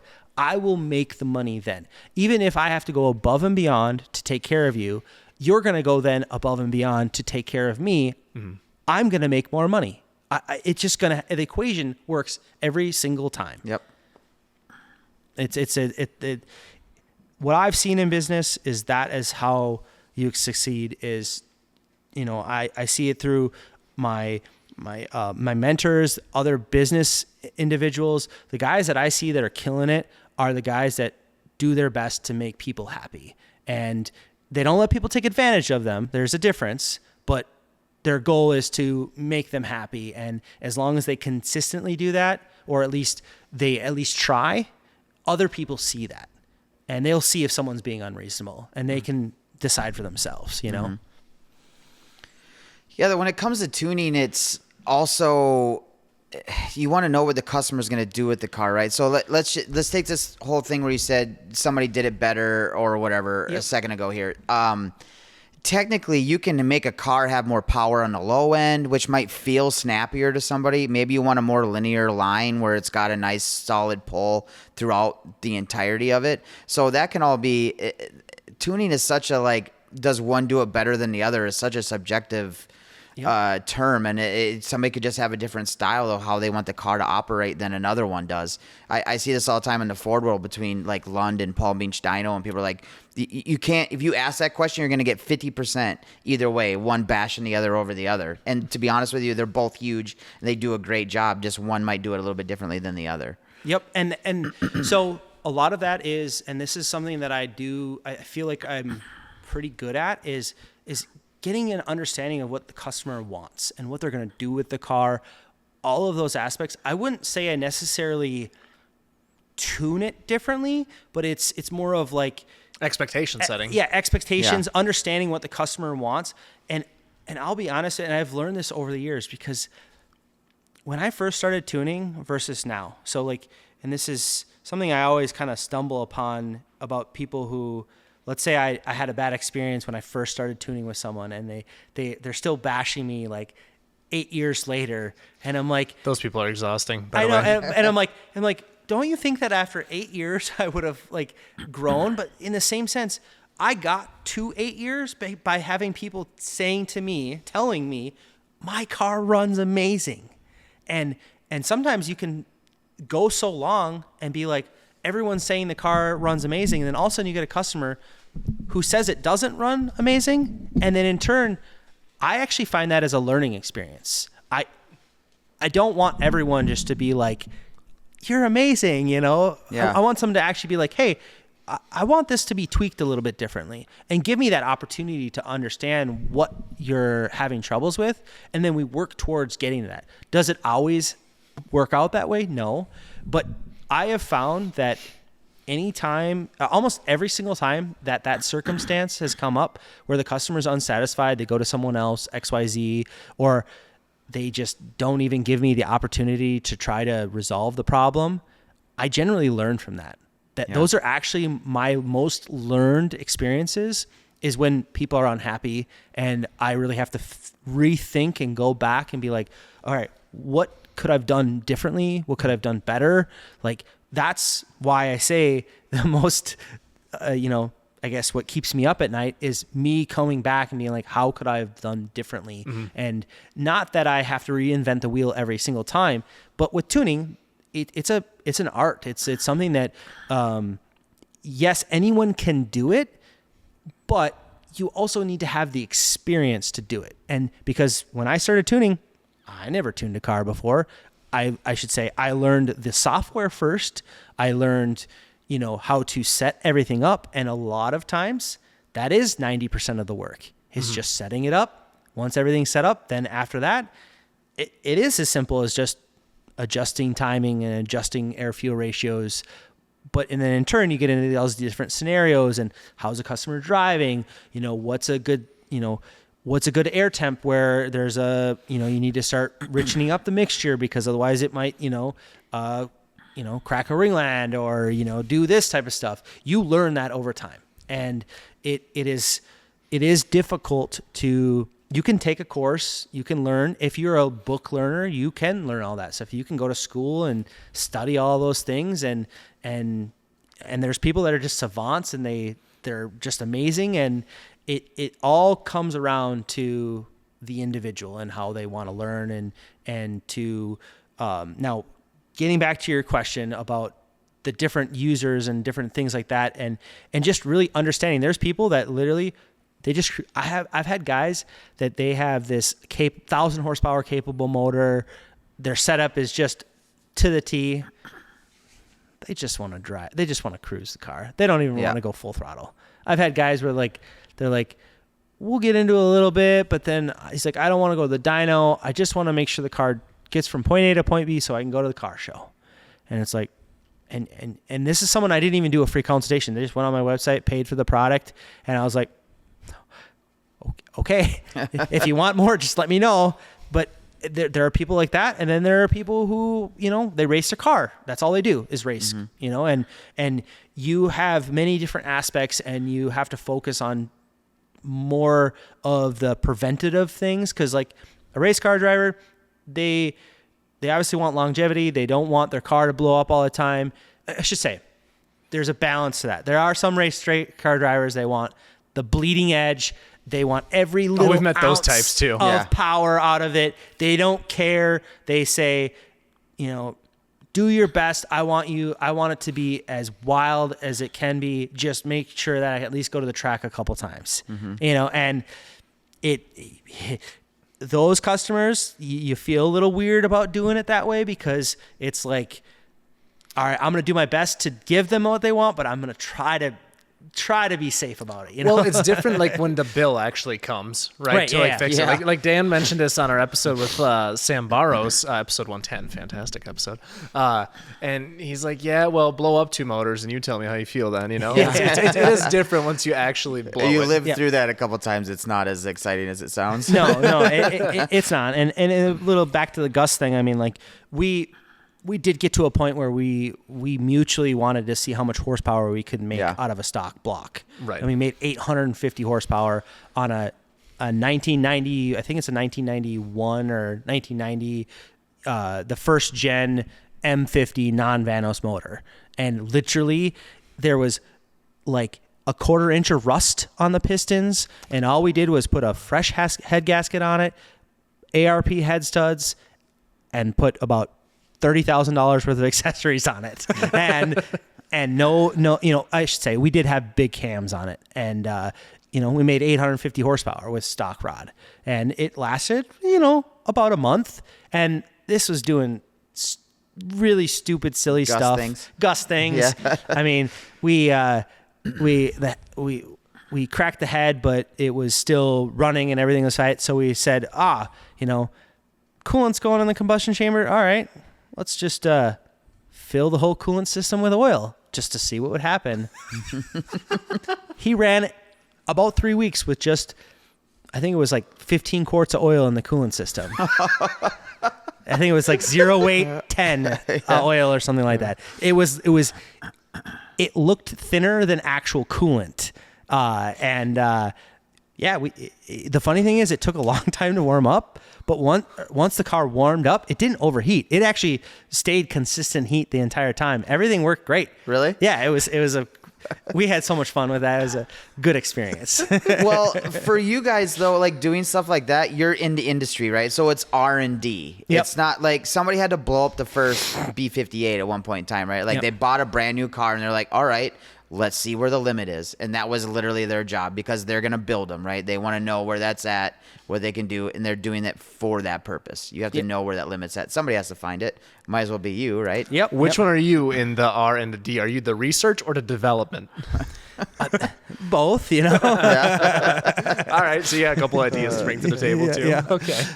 You know, one time, this is back in the Adaptronic days, Adaptronic didn't have rolling anti-lag, and Gus really wanted rolling anti-lag just to do Gus things, and we went to go get some food at a car meet, and I had my laptop with me, and so we went to go get food. On our way back, I had wanted to do rolling anti-lag, but I tried to do it like how we did our launch control. And there's a video out there of me doing Alex's car on launch control, and it literally shook the building so much. It dust came down, all of the packing and the muffler blew out. It was ridiculous amount of fuel that I had put in there, but it was standing still and had no load. And I was like, well, I didn't know any better at the time, so I was like, oh, I'm gonna do the same thing, and this is gonna be great. As soon as he hits it, just totally bent rod right then and there. And so obviously this is like, Here's the research part. The development is don't do that. Don't do that. Yeah. This is about 4 years, 3-4 years ago.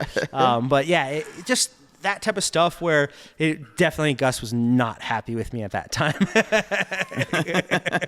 But you know, same thing. Literally that next day, we went to the shop, took out the motor, already had a fresh used. Yeah. We call them free motors because we would buy them for about $200, $150, take the bottom end that we needed, the head you sell for more than what you bought the whole engine for, and then it was a free motor. And we did that at least one summer, probably 5, 6, 7 times. Holy shit. And so it was a great learning experience, and I really do appreciate Gus's ambition and ability to allow me as an individual, because I learned a lot from that, and he learned a lot from that, and we both grew together, and we're great friends, and we keep pushing his car well beyond the limits of we ever thought it could be. So. Well, after this podcast is done, we got 2 objectives for you. LASIK and a bald head. You two are going to be the Wonder Twins. Yeah, exactly. I'm just saying, can you imagine them showing up to Power Cruise? Just looking exactly the same. Hey, I got to know. match Dave, so that's what I got the vibe going on. Oh, yeah, right company now. attire. I know, I I cannot ever be as pretty of a face as him, but that's okay. We all aspire to be as pretty as Dave. Well, sweet, man. Well, we're getting ready to wrap up here. I mean, do you have a hard leave? I mean, we can keep going. We can keep going. I don't if you have have more curfew. fucked stories like that, I'd love Well, to. I have a question cooking here. So again, I'm going to bring up my Ford bubble because we live in our own little world, right? waiting We don't for have it. all I was these waiting for it the ECUs whole and time. stuff. But when you get into something like this, you obviously tune across multiple platforms as long as they're going to switch out to this. Is there a so where I'm getting at, I was going to ask you this off air, but I have a Bronco 2 that I want to swap something into. Yep. Is Coyote. there? Well, I thought about that. It doesn't quite fit. I want to do something totally different, right? Okay. Like, I want to play in this world a little bit. So I'm like, let's take a Ford and let's put something in it. Yep. Is there between like an N54, a B58, a 2JZ, an RB26? Is there a platform or a motor that you think is like that's the GOAT, or like they're easy to tune, they live a long life, they make good power? Across all the ones you've come across, is there one that you would pick? I think Coyote, it's- probably. I think it's all subjectively of what your perspective of horsepower rating that you want. So if you want a 500 horsepower car, literally you could pick almost any engine and within reason, and almost even in stock form, you might get away with that. You know what I mean? Give or take. There's some 4-cylinders, there's some cars that just they don't. Right. But all the ones that you listed would work fantastic. Hell, you could even do something silly and go with like a built 302 or something like that, and put a Haltech on it, turbo it, supercharge it, whatever. You could do. That would be pretty rad in a Bronco. You know what I mean? Something fast revving engine. I think in that perspective is what sounds best to you and is got the cool factor. So in a lot of the things that I've been, playing around with and doing is the higher end transmissions. Like when I say higher end, I mean not really higher end, but more new age transmissions. And so like the DCT, I've worked really big with developing a strategy for it's called an AA80E, which is an 8-speed automatic from Lexus. Toyota Lexus. It's in the ISF, GS 460, LS 460, and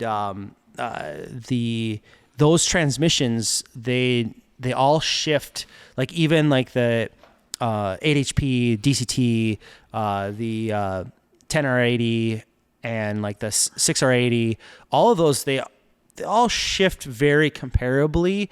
They're all within probably 100 to 200 milliseconds, which is still a pretty big range. DCT being the king, the fastest, but like the Lexus transmission, 8HP, and like the 10R80, they all shift very close. Like we're talking within 50-ish milliseconds, like DCT being around 50 milliseconds, and then the A80E probably being around that, 100 to 125, and then the 10R80 and the 6R80 probably are just slightly beyond that. And most, unless you're an F1 driver, you don't know the difference between any of them. Yeah. And they just shift fast.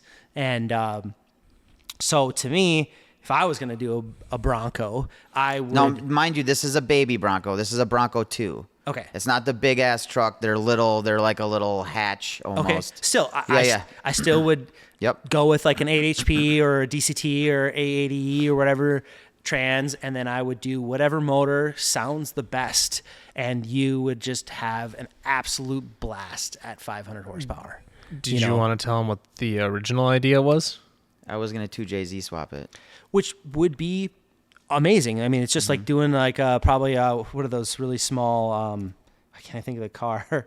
Zuzu or Suzuki. Oh yeah, like or, a little Zuzu Trooper or whatever. Yeah. And they put big motors in those, or Yeah. or like a 3 rotor or something like that, and they're just wild. What about a 1J? I don't. So my goal would be like 500-600 horsepower is where I'd want to be at with it. Probably it's not anything needs to be crazy or, Yep. you know. Honestly, a 1J, 2J, K24, any of those motors are going to work just fine for that. And could you still put that trans behind it too? Oh yeah. Mhm. Yeah. Yep. And so like I personally like, the RB guys are RB guys. They're going to argue on this is that they do sound good, but my experience, they haven't made as much horsepower, but I haven't really had so many people that have really gone wild on them. I do see, obviously, we just saw at GTR Fest, and there's a ton of fast cars out there, and some faster than they said they were gonna be too. Yeah, I'm exactly. sure you saw that drama too, yeah, right? Definitely. And it's like everyone's growing in how you can pick a platform, and for the most part, unless you're doing something way out left field, you're gonna be able to make that horsepower goal and have it reliable, and you're gonna have all the gobs of support. So to me, I always just recommend whatever sounds the best to you. And like, if you're a rotary guy, they're going to be like, I'm going to put a 3-rotor in it, or I'm going to put a 2-rotor. But now I will say this, rotary guys, RB guys, 2J is kind of coming around in cheapness now that people are kind of understanding that they That's can gonna be just my follow-up question. What's the most affordable? Yeah, they obviously LS or Yeah, we said no swearing on the podcast. From what I've seen in a cost breakdown, rotary is going to be the most expensive. I'm also not a glutton for punishment, so we're not going to do rotary. Okay. We're not. That's a good point. Yeah. I think RB is probably the next most expensive, from my understanding. It is what grows a community is all these different companies competing and really coming out with these amazing products. Like I see like PRP and that's just one of them that I've bought, and I've got some friends that push their product a lot, and like they're making some really cool products, really nice products. Like I have a motor over there that's a couple products of them, and it works. They follow the instructions, and it's just things like that. That community growing allows people to not spend their life's fortune, even though we still do. You'll find a way. You'll find a way, to really accomplish that goal. And so what I was getting at the 2J is like, I see all these videos now where you can go to the junkyard and buy a $300 block. You can buy a crank, and you just get some pistons and rods. And unless you're going to go like above 800 horsepower, like you're probably only spending like $2,000, $2,500 to have a built, motor. Like so you're saying those are getting cheaper then? It's getting cheaper because of how people are going about making the combination. Like you can buy a brand new head for $1,500 from Toyota and build all the components, and then at the end of the day, like I'm talking about what you just did there, you might spend, let's say $7,500, but you have 1,000 horsepower rated motor. Mm-hmm. And not saying that what you want. So I'm kind of shrinking that down where, let's say you just go get a $300 motor, a 2JZ from like an IS300 or whatever that's in the junkyard for like $200-$300, and you spend the $3,000 on, maybe $3,000 to $4,000 on parts and machining. You have probably an 800 horsepower motor that's going to live forever at 500-600 horsepower. That's with a turbo on it, I assume. There's more to it, you know what I mean? But Yeah. I'm just saying, building the engine for 500 horsepower. And now you can also just go get a Toyota engine, but you're going to spend like a fully built 2Js, like a short block or long block from Toyota is like what, $9,000 or $7,000 or something. It's more expensive than piecing together something. And all of these other companies making parts lowers the price of it. It's kind of becoming, these cars are becoming what our fathers and grandfathers were, like maybe not our grandfathers, but what our fathers experienced with like the V8 parts being readily available, pretty cheap to do for a DIY person. Like that's all coming around. Like that community and it just keeps growing. It doesn't seem to be shrinking, in my opinion. I heard you can get a 2J at a junkyard out of all that, by the way. I haven't heard junkyard 2J in a while. Yeah, like that's what they just did it. Well, I was talking to our buddy of ours that has an RX-7, and he was trying to figure out what to do. So I was literally Googling these things, and to be honest with you, the K-swap seems like it's the cheapest option out of all of them. But there were some 2Js out there for there was one, a turboed one for $3,800. You could buy the motor. Yep, and you can find that, and like I said, you can get a cheap block that normally would have really weak rods, but everything else works fantastic. Yeah, true. For the 600, let's say IS 300 motor, usually they say they bend the rod or like, anywhere between, I've heard 350, I've heard 450. Like I had one customer that drift car made 400 horsepower. He beat the living piss out of it day in, day out, never bent the rod. But then you get the next person and they bend it right away. Right. But what I'm getting at is that you can buy a cheap block. You don't have to spend $4,500 on a dart block. Mm-hmm. You'd only be doing that if you wanted $1,500. Yeah, like piece it together sort of deal. Piece it together, and that's what I've been seeing. And this is just Instagram and Reels and things like that. And but you see that because that affects me, because guess what?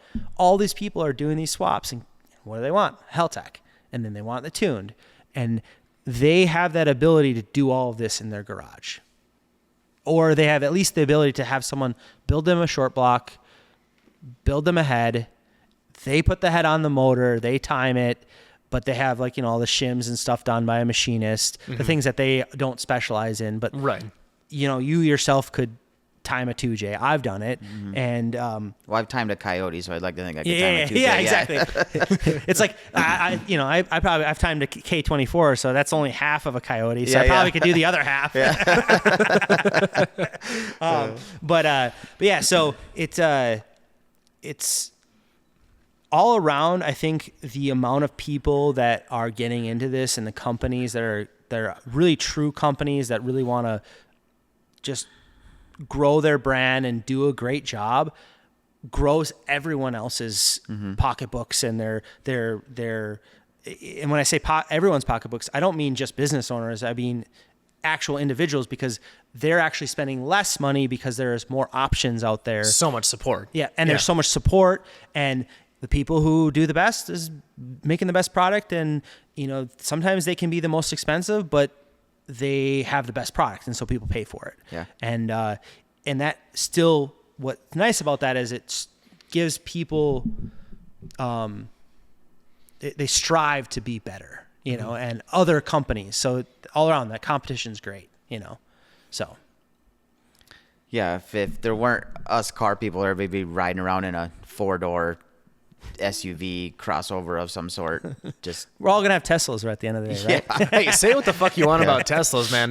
You can get a Plaid for like $45,000 right now. I'm not gonna lie, I googled that. That one came on my marketplace today too. I was looking at them just I'm looking for a daily for my wife, something that's all-wheel drive that she can go to work. And I'm just saying, when one of the baddest Corvette tuners in the country tells you, yeah, dude, fucking Play is awesome, or however the fuck those Houston people talk. The beige, yeah. Go back to the episode. You know what I'm talking about. Well, he likes to claim he's Puerto Rican, so I guess that's fine. Yeah. Go listen to the episode of Justin White. You'll piece it together, I promise. But the whole state is beige, as Ed likes to refer to it. Yeah.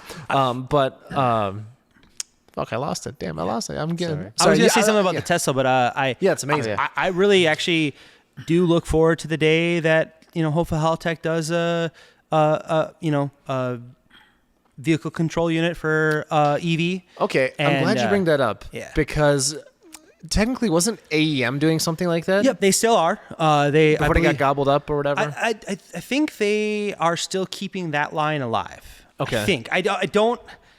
I hear things from the grapevine. There's another shop here, Patience Metal Fab. We work with them too. Great group of guys. They've done a couple EV stuff with AEM stuff, and that's why I brought it up. I've been over there a few times while they're doing it. I was like, the Porsche. That thing's awesome. Yeah. And I'd love to do it. It's something that would be a challenge for me, and that I can't wait. But I subjectively want to work with the product line that I'm most familiar with. Obviously, it'd be a new thing, but I know that when Haltech, if they do it, it's going to be done in a way that I'll understand it and I'll be able to. You have to learn a whole new language. Exactly. And that's something that I find that I'm so busy. I have created the ability to be so busy that I don't have the ability to learn anything else.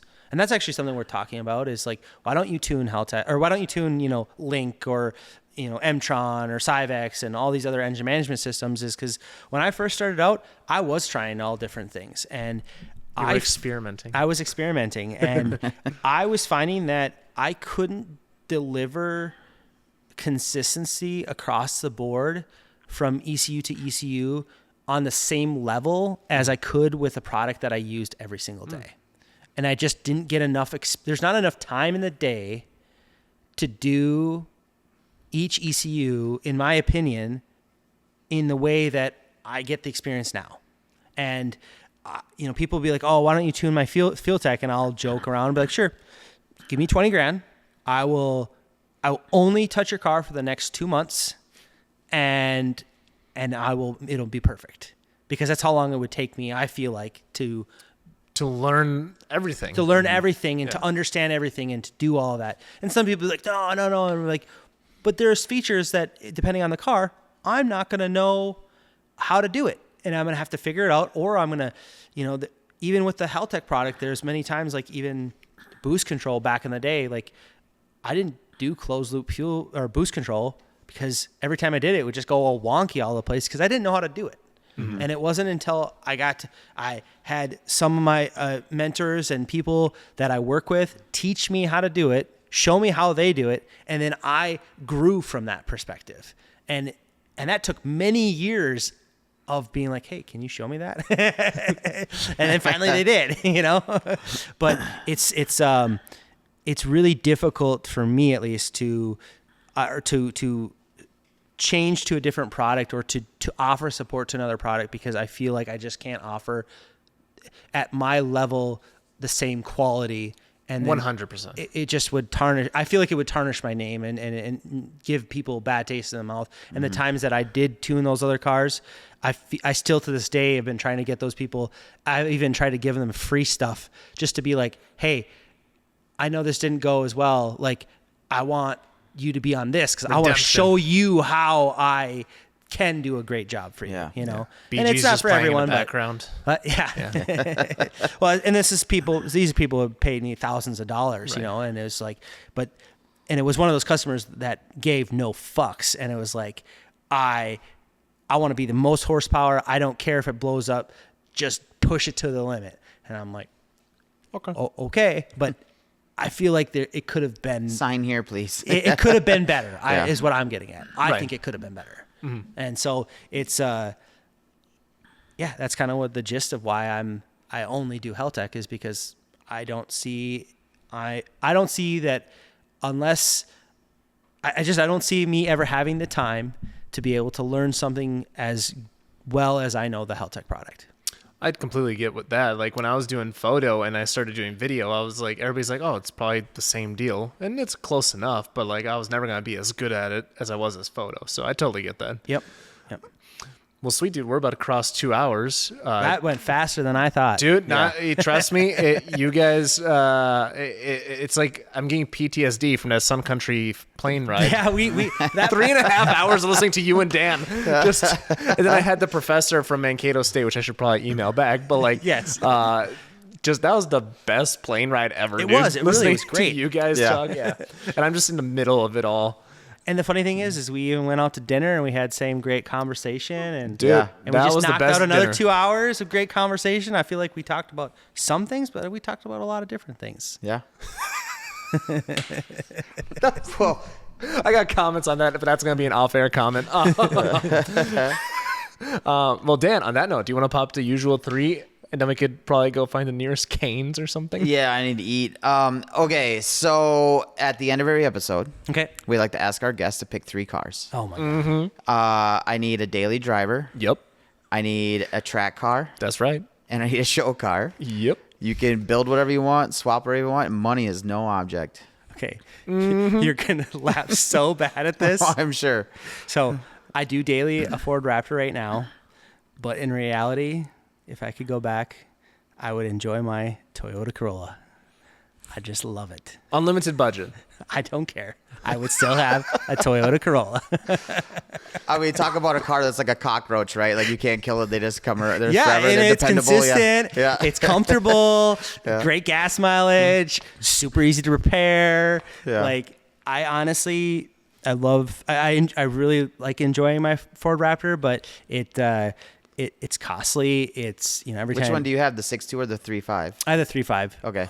And we've done all the maintenance work on it. I got really lucky with the extended warranty.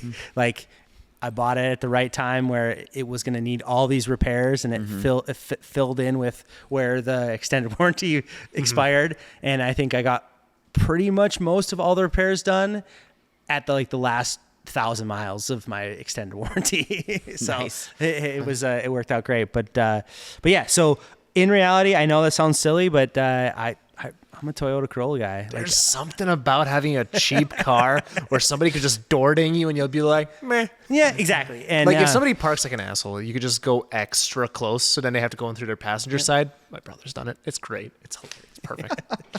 yeah, I used to have I'm reminiscing now. I had a sloth on my Toyota Corolla, and it was the amazing thing that it made so many people smile, and I just couldn't get enough of it.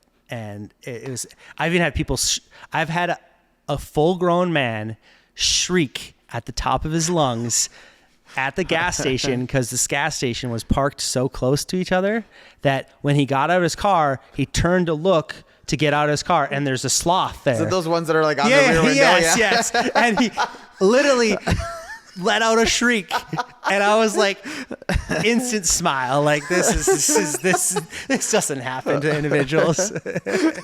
Anyways, You should buy one of those stickers and put it on Gus's car. Yes, for sure. It's pretty canny, between the two, Yeah, I think so. So race car. I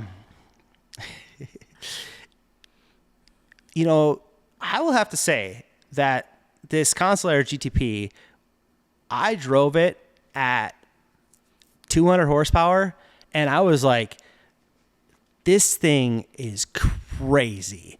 And it's right now making 350 horsepower and 350 torque.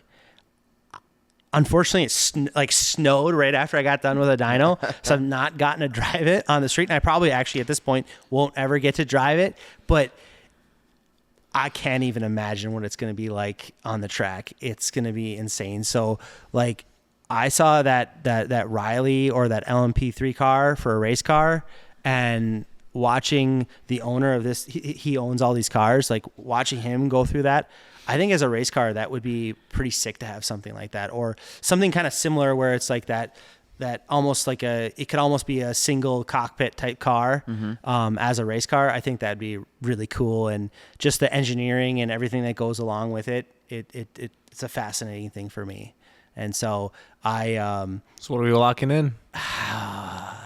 Perhaps a KTM Expo. I was thinking that's what he needs. Yeah, the purpose-built track car. Have you seen those? I haven't. It's a full-blown like carbon fiber monocoque, and then it's running a Daza in there, making about high 500s, low 600 horsepower, just full-on race car, dude. I think if I was gonna do a full-on race car, I would do something where you kind of buy the chassis, like almost like a kit car type thing, and just like how Patience has they partner with why can't I think of their I can't think of the name right now, but essentially it looks like a supercar. Oh, I know what you're talking about. But Yeah, the partners in house that they have. Yes, yeah, correct. Yep. I forgot. That type of style car where you'd buy either a mono, cockpit and or this same type of similar, where you're literally like you sit in this car, you're sitting on the ground, and I would love to have a car where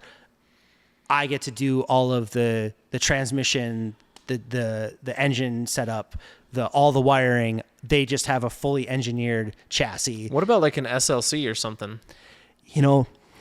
you keep saying these names, and I will admit a fault. I am don't a know car any of guy, these, yeah. but I The am not one a that car guy. Schwartz had. You know what I'm talking about? The one that he had a twin turbo LS in it, and Oh yeah, but I didn't know any of that until you showed me a picture of it, and I still. no, am I'm talking blanking. about the Bentley. That's the other one. That guy loves his kit car supercars. So You gotta I'll get lock it. in one. I gotta get a fucking answer. I'm trying to think how to help you. We're gonna go with a Consular GTP. Okay. All right. Hey, next time you're on the show, we'll have you do some more research, and Yeah. you can lock in a different answer. Yeah, no, for sure. When we do DRC, I'll come up with a better answer. And then as for show car, honestly, I see a lot of RX-7s, and I think that I see a show car and I see all the low stance and that type of stuff, and actually, I'm going to change my answer because I just thought of this because it was so sick at SEMA. I believe it was the Mustang in Vibrant's booth. That was a drift car, but it was a show car. It looked amazing, and the engineering in that looked top notch. And I happen to have a 64.5 Mustang that is currently pink with rainbow stripes. That's a whole nother story we can get into another time of why it's that way. But I inherited it, and I kind of have a vision that have almost a show car / street cruiser that is fast, that is still pink, that destroys people's, hopes and dreams. Yeah. Okay. And that's gonna be which car? 64.5 Mustang. Okay. So yeah, just crank it up, sort of. Yeah, deal. do it right, and kind of have. I guess for me, in regards to a show car, is I would want it to be functionally, but still something that is show worthy. Yeah. And that's just who I am. I wouldn't want something that's just to look at. Yeah. It's gotta Want have some vents on it with- some go on it. Just like some side vents with double-sided sticky tape that are just doing jack Yeah, all. yeah. Yeah. No. So then the 64.5 Mustang, the Consular, and Corolla, Yeah. locking it in. Lock it in. Lock it in. Perfect. Well, on that note, where can people find you? Yeah, you can find me at www.TunedByShawn.com. You can find me at Instagram at TunedByShawn or Facebook at TunedByShawn. In regards to DRSC, you can submit a request at DRSCautomotive.com. And And that's just general repair, but also builds, like many yep. of the things we see Yep. behind us here. So I think that kind of ticks that box for sure. You guys do a little bit of everything over here. a little bit of everything, and like I said, it's you get a best of both worlds. Maybe not. There's some cool shit in here. Like this Grand National behind us is wicked. I mean, this thing was making 800 or 900. Yep, it made I believe around 840 horsepower and 1,150 foot-pounds of torque to the Yeah. wheels. You guys do a lot of variety from old cars to newer cars, just JDM to not. Yeah, we've done multiple, early model Camaros. I should say 60s, 70s. The one 1970 one we did was just. It wasn't super high. It still made I think it was 500-600 horsepower on nitrous, and it was just it's a machine. It's a driver's machine. It's a machine. We rode it and we get to drive these cars. I usually don't drive them. I'm a keyboard princess. I'll admit it. Soft hands. Soft hands, That came full circle. After hanging out with you more, I think Princess is a pretty good. That's an accurate description. Hey, I will be looking at the keyboard, going 180 miles down the road, and be perfectly happy and content. And I know when the car's fast is when I have to hold the laptop monitor up. That's the gauge. Yeah. That's when they start to get fast is when you're getting when you're in 4th, 5th, 6th gear and the laptop still need to be hold back. That's when you're going fast. All right.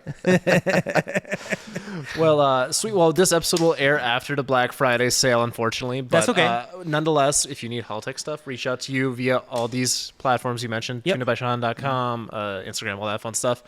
Well, thank you for coming on to Yeah, the show, thank Shawn. you for the opportunity. I've been, I've been following your stuff. I knew of you, and I was honestly, because my business partner has been on your show a few times, and I was like, I hope he asks me, and I don't want to be the person that asks him. And you just happened to ask me one day, and I was like, yes. and then he set the record for, no, you didn't set the record. That's right. You still haven't set the record on flakiest. No, Don't no. worry. Yeah, you don't. Yeah, we all know who that is. Yes. Behind scenes. Yeah. Well, on that note, thank you for coming on. Yeah, thank you. Dan, where can people find you? Gun at Garage with 2 N's. Cool. Thanks for existing, and we will see you all next time. Sounds great.